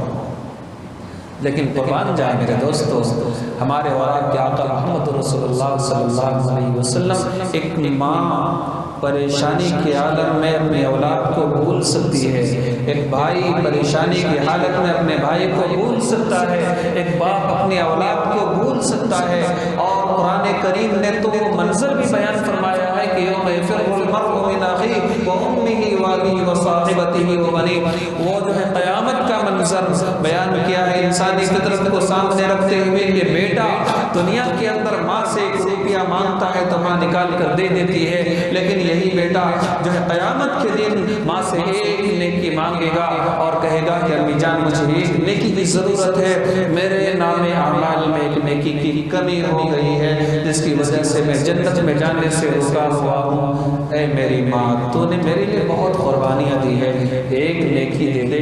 ماں کہے گی کہ بیٹا یہاں میں کچھ نہیں دے سکتی، ماں کہے گی بیٹا یہاں میں کچھ نہیں دے سکتی، مجھے خود نیکیوں کی ضرورت ہے۔ وہاں بیٹا ایک ایک نیکی کے لیے تڑپ جائے گا، ایک ایک نیکی کے لیے تڑپ جائے گا، لیکن میرے دوستو فرمان جائیں ہمارے اور آپ کے آقا، ہم خود اپنے حبیب کو تکلیف دیتے ہیں، ہم خود اپنے حبیب کو تکلیف دیتے ہیں، دن میں کتنی سنتوں کا پامال کر دیتے ہیں، دن میں کتنی مرتبہ اللہ کے نبی کے سنت کی توہین عملا قولا فعلا ہر اعتبار سے کرتے رہتے، محسوس نہیں کرتے۔ اللہ کے نبی نے فرمایا پاجامہ ٹخنوں کے اوپر پہنو، لیکن ہم اپنی شان بگاڑنے کے لیے اچھا نہیں دکھتا ہے، کیا کہتے ہیں میرے دوستو، یہ چیزیں جو حق ہے، الحق مر، دل کے اوپر ذرا چوٹ سی لگتی ہے، اس لیے کہ زخم ہوتا ہے تو دوائی لگنے پر تھوڑا سا چرچرا پن اور تھوڑی سی تکلیف کا احساس ہوتا ہے، لیکن یہ بات برحق ہے کہ ہم اپنی شان بگاڑنے کے لیے اللہ کے نبی کی سنت کا پر خرچہ اڑا دیتے ہیں۔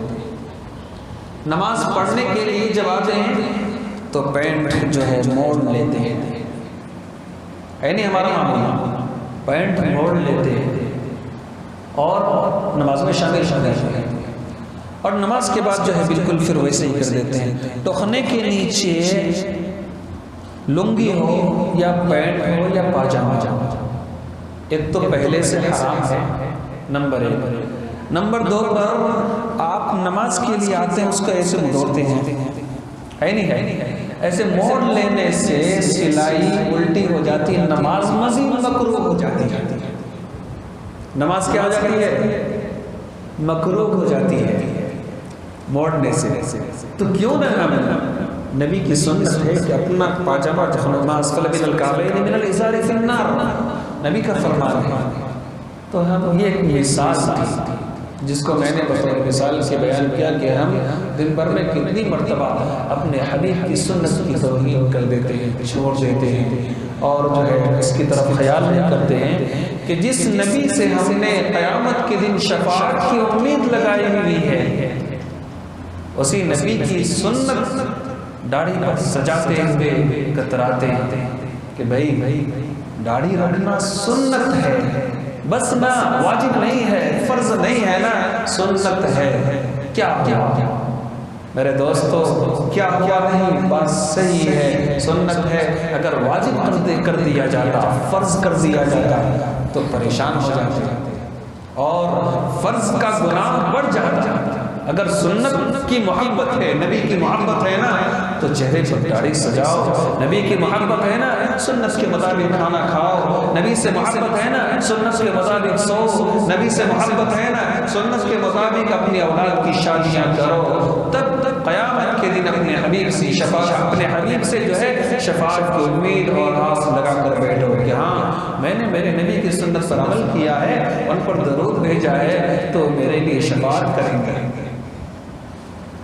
بغیر کچھ کیے ہوئے، بغیر کچھ جو ہے حرکت کیے ہوئے ہم شفاعت کو امید لگا کر بیٹھیں گے تو جہالت ہے، یہ تو جہالت ہے۔ آج الیکشن والا انسان جو بھی جو ہے کینڈیڈیٹ کھڑا ہوتا ہے وہ جیتنے کے لیے از حد کوشش کرتا ہے، محنتیں کرتا ہے، دھوپ نہیں، گرمی نہیں، پیاس نہیں، بھوک نہیں، ساری چیزوں کو قربان کر دیتا ہے۔ ان کا مقصد، ان کی منزل اور ان کی تمنا صرف اور صرف ایک ہوتی ہے کہ مجھے جیتنا ہے، تو محنت کر رہا ہے نا، تو محنت کر رہا ہے، اس بنیاد پر جیت کی آس لگا کر رکھا ہے، یہ ان کا حق ہے۔ میرے دوستو، ہم سنت کی توہین کر کے اللہ کے نبی سے شفاعت کو امید لگا کر رکھیں، یہ کتنی بڑی جہالت اور بیوقوفی ہے۔ قربان جائے ہمارے اور آپ کے آقا محمد رسول اللہ صلی اللہ علیہ وسلم کی ذات بابرکت پر کہ اللہ نے اپنے حبیب پر 3 نعمتیں، 3 انعام، السلام علیکہ ایھا النبی ورحمۃ اللہ وبرکاتہ، یہ 3 نعمتیں جب عطا فرمائی تو اللہ کے نبی نے اپنی امت کو بھی یاد رکھتے ہوئے فرمایا السلام علینا وعلی عباد اللہ الصالحین، السلام علینا وعلی عباد اللہ الصالحین۔ اے اللہ تیرے نیک بندوں پر بھی تیری سلامتی نازل فرما۔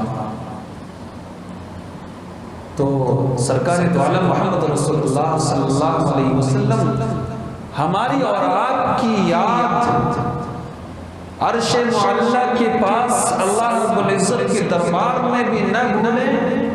حضرت موسیٰ علیہ السلام جب اپنے قوم کو اپنے قوم کو حضرت ہارون علیہ السلام کے حوالے کر کے جاتے ہیں تو جو ہے حضرت موسیٰ علیہ السلام آگے ہی آگے نکلتے چلے جاتے ہیں۔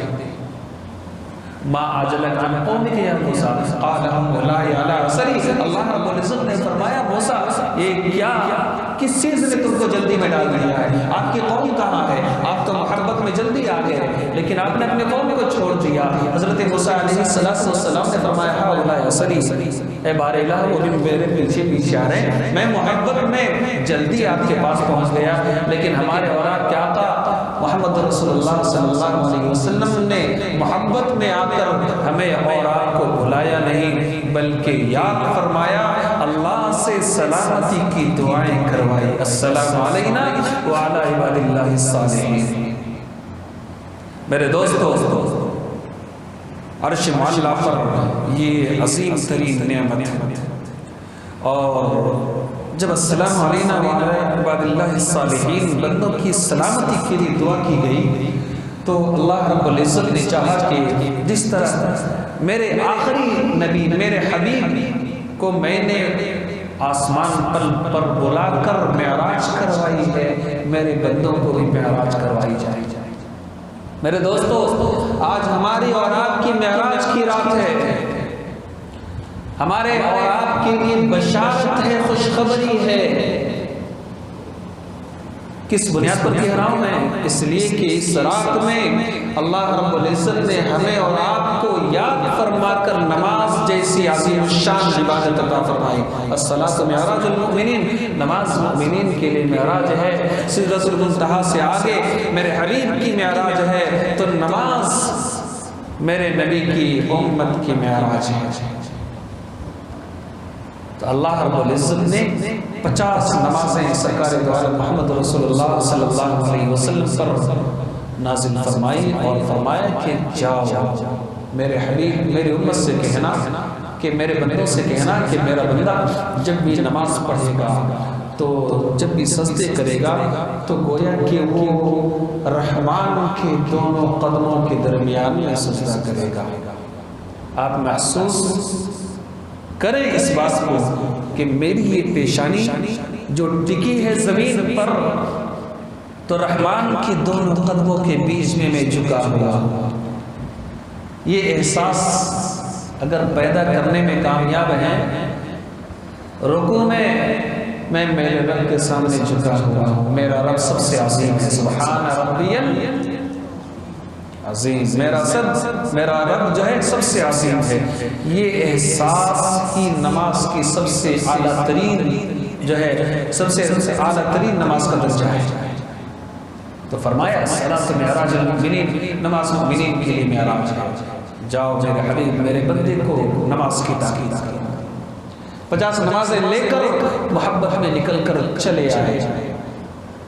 حضرت موسیٰ علیہ السلام سے ملاقات بھی، لوگ بھی عجیب عجیب قسم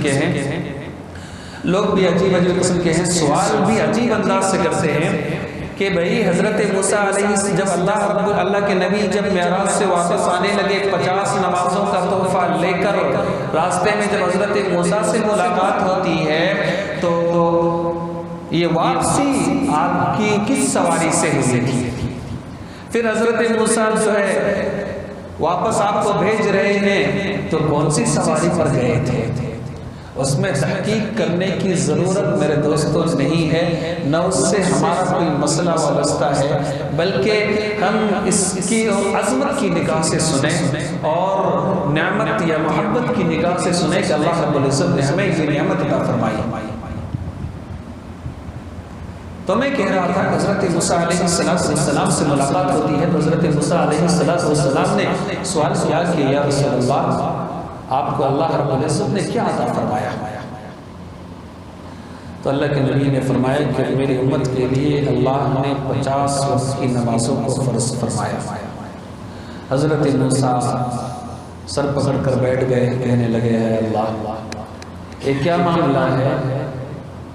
یا رسول اللہ، مجھے میری امت کا تجربہ ہے کہ میری امت 2 وقت کی نماز نہیں پڑھ پائی، 50 وقت کی نماز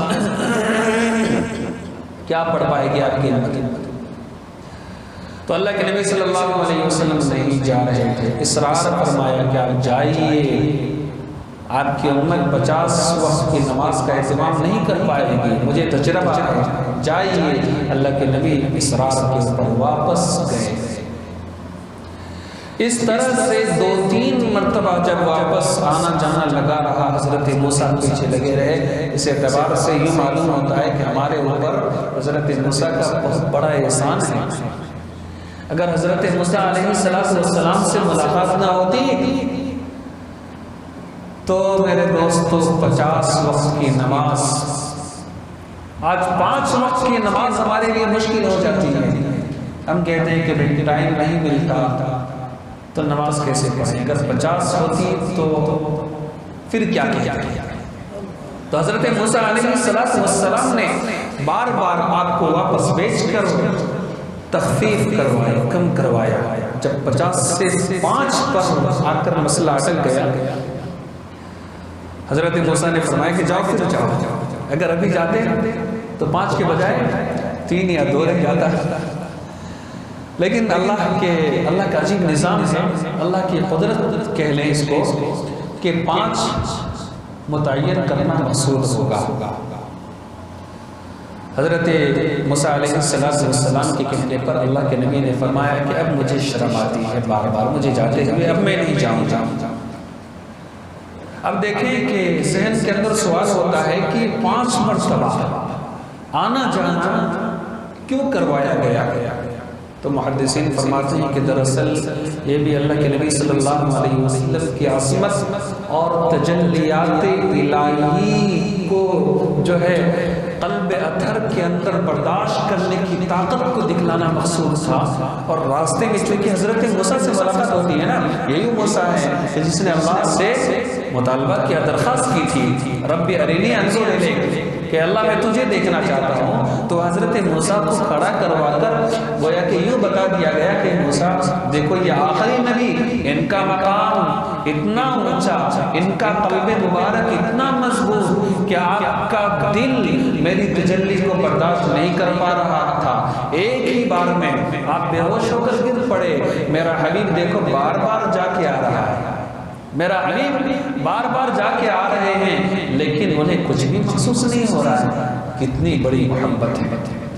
بہرحال سرکار دو عالم محمد رسول اللہ صلی اللہ علیہ وسلم ارشاد فرماتے ہیں کہ جب 5 وقت کی نمازیں باقی رہ گئی تو میں نے منع کر دیا، پھر میں واپس اسی راستے سے جس طرح مجھے حضرت جبرائیل لے کر گئے تھے اسی راستے سے مجھے جو ہے میرے گھر کے اندر پہنچایا گیا۔ اور جب میں فجر کی نماز کے لیے بیدار ہوا، اندازہ کر سکتے ہیں کہ اسی رات میں 7 آسمان کا سفر، بہت سارے کفار اور مشرکین جو خبیث الباطن ذہن کے ہوتے ہیں وہ اس چیز کو الگ انداز سے، مزاحیہ انداز سے لیتے ہیں اور دنیاوی نظام کے ترازو کے اوپر رکھ کر اس کو تولتے ہیں۔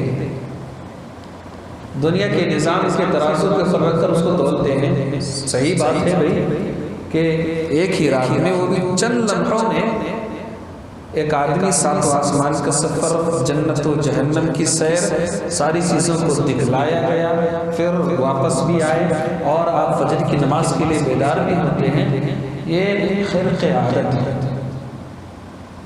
میرے دوستو، اس چیز کو آج کے لوگوں نے مذاق بنا کر اور جو ہے اللہ کے نبی صلی اللہ علیہ وسلم کی توہین کر کے جو ہے پیش کیا ہے۔ اللہ حفاظت فرمائے، ورنہ امت مسلمہ کا عقیدہ ہے کہ یہ چیز ممکن ہی نہیں بلکہ یقینی طور پر ہوا ہے۔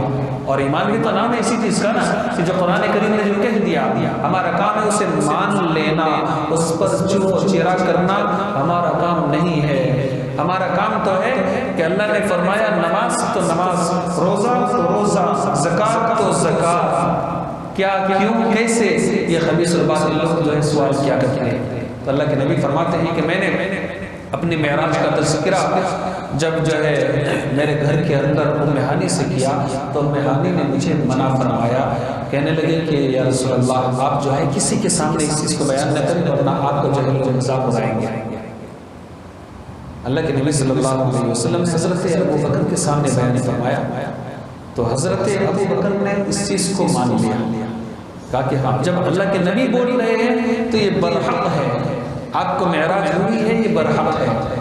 جب یہ معاملہ ابو جہل کفار مکہ مشرکین مکہ وغیرہ کے سامنے جب پہنچتا ہے تو یہ لوگ اور بھی زیادہ جو ہے ان کو ایک موقع مل جاتا ہے کہ دیکھو محمد کو ہم لوگ کہتے تھے نا کہ مجنون ہے، آج دیکھو ایک رات میں سارے آسمان جنت و جہنم کی سیر کر کے واپس بھی آیا، ان کی نیند بھی پوری ہو گئی اور جو ہے فجر کی نماز کے لیے بھی گئے۔ دیکھو اب ان کے جنون ہونے میں، مجنون ہونے میں کوئی شک و شبہ نہیں کیا۔ حضرت ابو بکر نے فرمایا او خبیثو، تمہارے دل کے اندر یقین نہیں ہے، لیکن میں اعلان کرتا ہوں اور مجھے یقین ہے کہ اللہ کے نبی نے جو کچھ فرمایا ہے وہ سچ ہے، برحق ہے۔ قرآن کریم نے اس کا اعلان کیا، سبحان الذی اسری بعبدہ لیلا من المسجد الحرام، پاک ہے وہ ذات جو اپنے بندے کو رات میں لے کر چلتا ہے، اسری بعبدہ رات میں لے کر چلتا ہے، لیلا من المسجد الحرام الى المسجد الاقصی، مسجد حرام سے مسجد اقصی تک، الذی بارکنا حولہ، کہ مسجد اقصی وہ جگہ ہے جن کے چاروں طرف ہم نے برکت رکھی ہے، لنریہ من آیاتنا۔ بہرحال یہ جو ہے معراج کے واقعے کی نشاندہی کی جا رہی ہے۔ میرے دوستو یہ معراج تھا جو اللہ رب العزت نے قرآن کریم میں چند مقامات میں اس کا تذکرہ فرمایا، لیکن ہمارے لیے جو سب سے اہم ترین بات ہے کہ ہم جو یہاں جمع ہوئے ہیں معراج کی نسبت پر، شب معراج کی خوشی میں، تو یقیناً ٹھیک ہے مان لیتے ہیں کہ معراج میں ہمیں اور آپ کو نماز کا عظیم الشان تحفہ اور ہدیہ ملا ہے، نماز کا ہدیہ ملا ہے، لیکن ہم گریبان میں جھانک کر دیکھیں کہ خالی ہدیے کو ملنے کے دن کو خوشی کا دن منا لینا، باقی دنوں کو چھوڑ دینا، یہ جہالت نہیں تو اور کیا ہے۔ اس ہدیے کی ہم کتنی قدر کرتے ہیں، نماز ہدیے میں ہمیں ملا ہے تو اس کو اپنے بالائے طاق رکھ دیا اور ہم شیطان کے شکار ہوئے، جس کا نتیجہ کیا ہوتا ہے کہ ہماری نماز کی اہمیت ہمارے نگاہ سے، ہمارے دل سے ختم ہو گئی۔ بھئی یہ تو معمول ہے، ہوتا رہتا ہے، نماز پڑھتے رہتے ہیں، آج نہیں پڑھیں گے تو کیا ہوگا، کل نہیں پڑھیں گے تو کیا ہوگا۔ تو یہ اور ایک دوسری چیز، اس کی سب سے بڑی علامت، سب سے بڑی علامت ان سے کسی آدمی سے آپ پوچھو، چاہے نوکری کرنے والا ہو چاہے تجارت کرنے والا ہو، ان سے پوچھو کہ بھئی نماز کے لیے کیوں نہیں آتے، کہتے ہیں ہمیں ٹائم نہیں ملتا۔ گویا کہ نماز ٹائم پاس کے لیے ہے، نماز ٹائم پاس کے لیے ہے کہ آپ کو ٹائم ملے گا تب نماز پڑھیں گے۔ کبھی آپ نے ایسا کہا ہے کہ بھئی میں کھانا اس لیے نہیں کھاتا ہوں کہ مجھے ٹائم نہیں ملتا ہے۔ جس طرح کھانا انسان کی جان کے لیے ضروری ہے، اسی طرح نماز انسان کی روح کے لیے ضروری ہے۔ آدمی کہتا ہے کہ بھئی ایک تجارت امام یا کوئی بھی انسان تجارت کر رہا ہو، پھر ساتھ ساتھ میں جو نماز کی پابندی کیسے ہو سکتی ہے؟ نماز کی پابندی تجارت کے ساتھ میں، یہ تو ناممکن ہے۔ ذہن کے اندر سوال پیدا ہوتا ہے نا میرے دوستو، آپ ذرا بھی یہ سوچیں کہ نماز فرض ہے، نماز فرض ہے، میں کہیں بھی رہوں گا، تجارت کی حالت میں رہوں یا مارکیٹ میں رہوں، بزنس کرتے ہوئے رہوں، اذان ہو گئی تو کیا ہمیں گٹری باندھنی نہیں پڑے گی؟ کیا ہمیں شٹر نہیں گرانا پڑے گا؟ کیا ہمیں اپنا سامان نہیں سمیٹنا پڑے گا؟ نماز تو پڑھنی ہے، لیکن کیا کہا جاتا ہے کہ دونوں کام ایک ساتھ نہیں ہو پاتا میرے دوستو۔ انسان، آج کا انسان دو کام نہیں بلکہ چار کام ایک ساتھ کرتا ہے، چار کام ایک ساتھ کرتا ہے۔ گھر کا بھی کام وہی بندہ سنبھالتا ہے، سبزی لانا ہو وہی سنبھالتا ہے، ساری چیزیں وہی کرتا ہے، لیکن جب نماز کی باری آتی ہے تو کہتا ہے کہ ٹائم نہیں ملتا۔ اللہ کے نبی صلی اللہ علیہ وسلم نے کیا ارشاد فرمایا؟ من ترک الصلاۃ متعمدا فقد کفر، من ترک الصلاۃ متعمدا فقد کفر، جو بندہ نماز کو جان بوجھ کر چھوڑ دیتا ہے گویا کہ اس نے کفر کیا، کافر نہیں ہوا، ایک احسان کر دیا، ایک احسان کر دیا، کافر نہیں بنایا، کافر نہیں بنایا بلکہ کفر والا عمل قرار دیا۔ بین عبدی و بین الکفر، بین الایمان و بین الکفر الصلاۃ۔ حدیث کا مفہوم ہے کہ اللہ کے نبی نے فرمایا کہ ایمان مسلمان کا فرق جو ہے کفر نماز کے ذریعے سے ہوتا ہے، کہ اگر وہ نماز پڑھ رہا ہے تو گویا کہ وہ بندہ مسلمان ہے۔ تو نماز ایک ایسی عبادت ہے جو انسان کی ظاہری حالت کو بھی سنوار دیتی ہے، انسان کے باطن کو بھی سنوار دیتی ہے۔ ان الصلاۃ تنہی عن الفحشاء والمنکر، نماز انسان کو برائیوں سے، بے حیائیوں سے روکتی اور بچاتی ہے۔ صحابہ کرام سے گناہ ہوتا تھا، اللہ کے نبی صلی اللہ علیہ وسلم سے اگر شکایت کرتے تھے، یا رسول اللہ مجھ سے گناہ ہو گیا ہے، مجھے سزا دے دیجئے، اللہ سے جو ہے معاف کروا دیجئے، فکر لے کر آتے تھے سزا لینے کے لیے۔ اللہ کے نبی فرماتے تھے، ان کے دلوں کی حالت کو دیکھ کر تربیت یافتہ تھے، اللہ کے نبی بھانپ لیتے تھے کہ یہ بندہ سزا لینے کے لیے تیار ہے، تو ان کو سزا کی ضرورت نہیں تھی۔ فرماتے تھے کہ جاؤ نماز کا اہتمام کرو، نماز پڑھ رہے ہو نا، نماز پڑھو گے تمہاری خطائیں معاف ہو جائیں گی۔ ایک حدیث میں آتا ہے کہ جس بندے کے سامنے سے آپ نے صحابہ سے پوچھا کہ بتاؤ، جس گھر کے سامنے ایک نہر جاری ہو اور اس گھر والا اس نہر کے اندر دن میں 5 مرتبہ اگر غسل کرتا ہے، صفائی کے ساتھ میں اچھی طرح سے غسل کرتا ہے، تو کیا اس کے بدن پر کچھ میل کچل باقی رہے گا؟ تو صحابہ کرام نے فرمایا نہیں یا رسول اللہ، اس کا جسم تو صاف ستھرا ہو جائے گا۔ اللہ کے نبی نے فرمایا بس اسی طرح ہر گھر کے پاس نماز آتی ہے کہ جو بندہ نماز کے لیے تیاری کر لیتا ہے تو اس کا جسم بھی، اس کی روح دونوں پاک اور صاف ہو جاتی ہے۔ پھر کیا ہوتا ہے؟ گناہوں سے نفرت ہو جاتی ہے میرے دوستوں۔ گناہوں سے نفرت ہوتی ہے تو انسان کی زندگی میں انقلاب برپا ہو جاتا ہے، انقلاب پیدا ہو جاتا ہے۔ آج جو انسان وقتاً فوقتاً تنزلی کا شکار ہو رہا ہے، حالات کے لپیٹ میں آ کر ہر وہ کام کر ڈالتا ہے جو اللہ اور اس کے رسول کی نگاہ میں ملعون ہے، وہ صرف اور صرف اس وجہ سے کہ ہمارے دل گناہ کی وجہ سے سیاہ ہو چکے ہیں۔ اس لیے میں اکثر بیشتر کیا کرتا ہوں، استغفار کا کثرت پڑھیں۔ جب بھی ایسے حالات آئیں، صبح میں 100 مرتبہ استغفار پڑھیں، شام میں 100 مرتبہ استغفار پڑھیں، اور جو ہے اللہ سے اپنے گناہوں کی معافی چاہیں۔ میرے دوستو، تمام بیماریوں کی جڑ گناہ ہے، تمام بیماریوں کی جڑ گناہ کی نحوست ہے۔ اگر ہم اپنے گناہ کو معاف کرا لینے میں کامیاب ہیں تو سمجھ لیں کہ ہمیں نہ تو کسی تعویذ کی ضرورت ہوگی، نہیں ہمیں کسی کے پاس جا کر دعا کروانے کی ضرورت ہوگی۔ بہرحال یہ معراج جو اللہ کے نبی صلی اللہ علیہ وسلم کو اللہ نے سدرۃ المنتہا سے آگے بلا کر اپنے سامنے عطا فرمایا، اللہ نے ہمارے لیے معراج کے لیے، معراج کروانے کے لیے نماز جیسی عظیم الشان نعمت ہمارے لیے نصیب فرمائی۔ تو بندے کی معراج زمین پر ہو اور بندے کے نبی کی معراج آسمان پر ہو۔ وما علینا الا البلاغ۔ دعا کریں اللہ رب العزت ہم تمام کو عمل صالح کی توفیق نصیب فرمائے، آمین وآخر دعوانا الحمدللہ رب العالمین۔ دعا کریں اللہم صلی علی سیدنا و نبینا مولانا محمد وعلی آل سیدنا محمد وبارک وسلم۔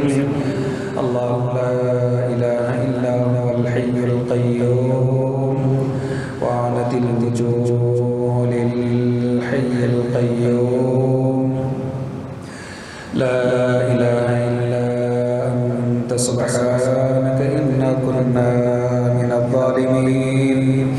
اے اللہ ہمارے گناہوں کو معاف فرما، اے الہ العالمین ہمارے خطاؤں کو درگزر فرما، اے مولا کریم ہماری سیئات کو حسنات سے مبدل فرما۔ اے اللہ یہاں جو لوگ موجود ہیں الہ العالمین مجلس میں حاضر ہیں، تیرے حبیب کی معراج کی نسبت پر اے اللہ ان کی اس نسبت کو قبول فرما۔ اے الہ العالمین ہماری حاضری کو قبول فرما۔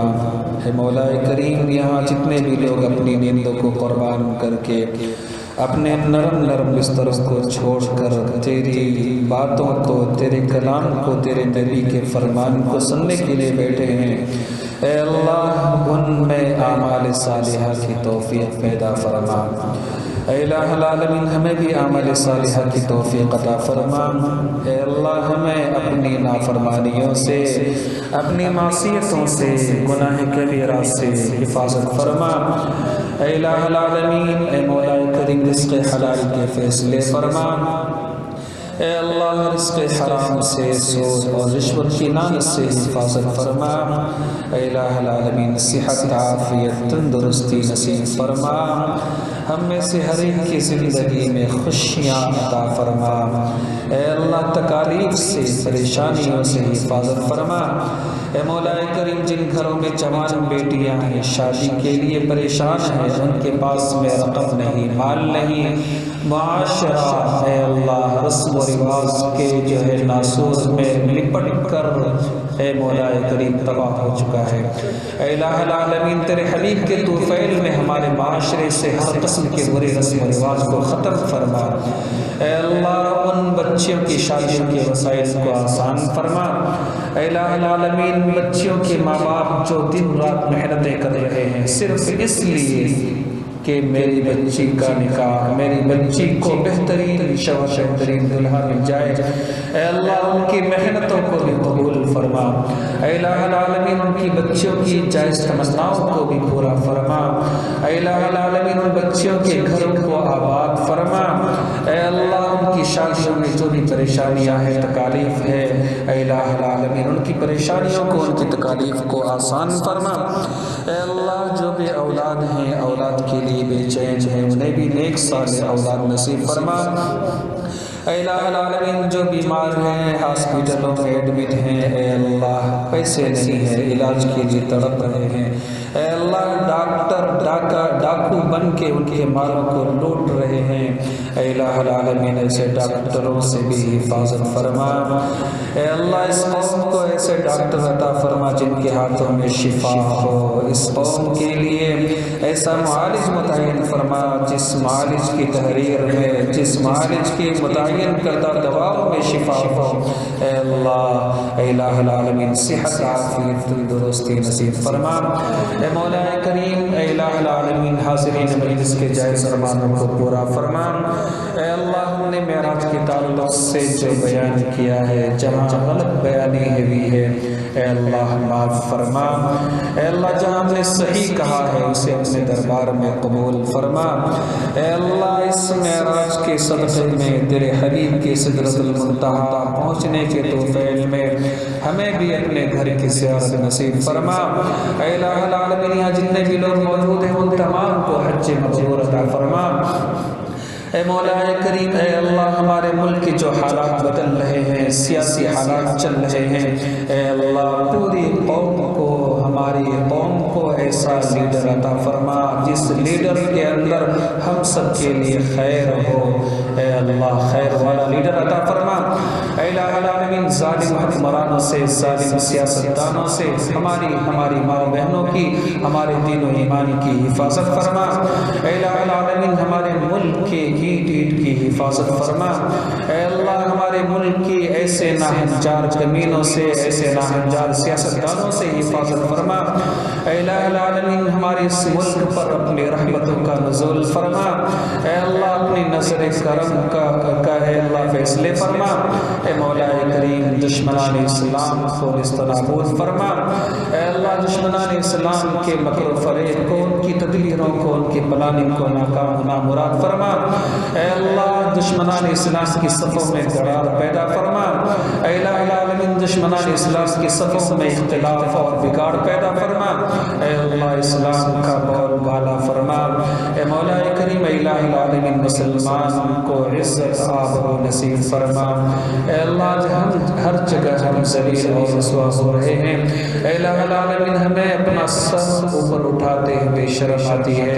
اے اللہ کچھ تو نہ کردہ گناہ کی وجہ سے، کچھ ہماری بدعمالیوں کی وجہ سے، اے اللہ ہم سب پر اپنا نظر کرم فرما کہ اللہ ہمیں ہمارے ملک میں عزت کے ساتھ جینا مل جائے جیسے فیصلے فرما۔ اپنے دین و ایمان کے ساتھ میں جو ہے اللہ خاتمہ بالخیر ہو ایسے فیصلے فرما۔ اے الہ العالمین جنہوں نے دعا کے لیے کہا ہے ان کی بھی جائز تمناؤں کو، جائز ارمانوں کو پورا فرما۔ اے مولا کریم ہماری دعا کو تیرے حبیب پاک صلی اللہ علیہ وسلم کے صدقے طفیل میں قبول فرما۔ ربنا تقبل منا إنك أنت السميع العليم وتب علينا إنك أنت التواب الرحيم إن الله وملائكته يصلون على النبي يا أيها الذين آمنوا صلوا عليه وسلموا تسليما اللهم صل على سيدنا ونبينا مولانا محمد وعلى محمد وبارك وسلم سبحان ربك رب العزة عما يصفون وسلام على المرسلين والحمد لله رب العالمين۔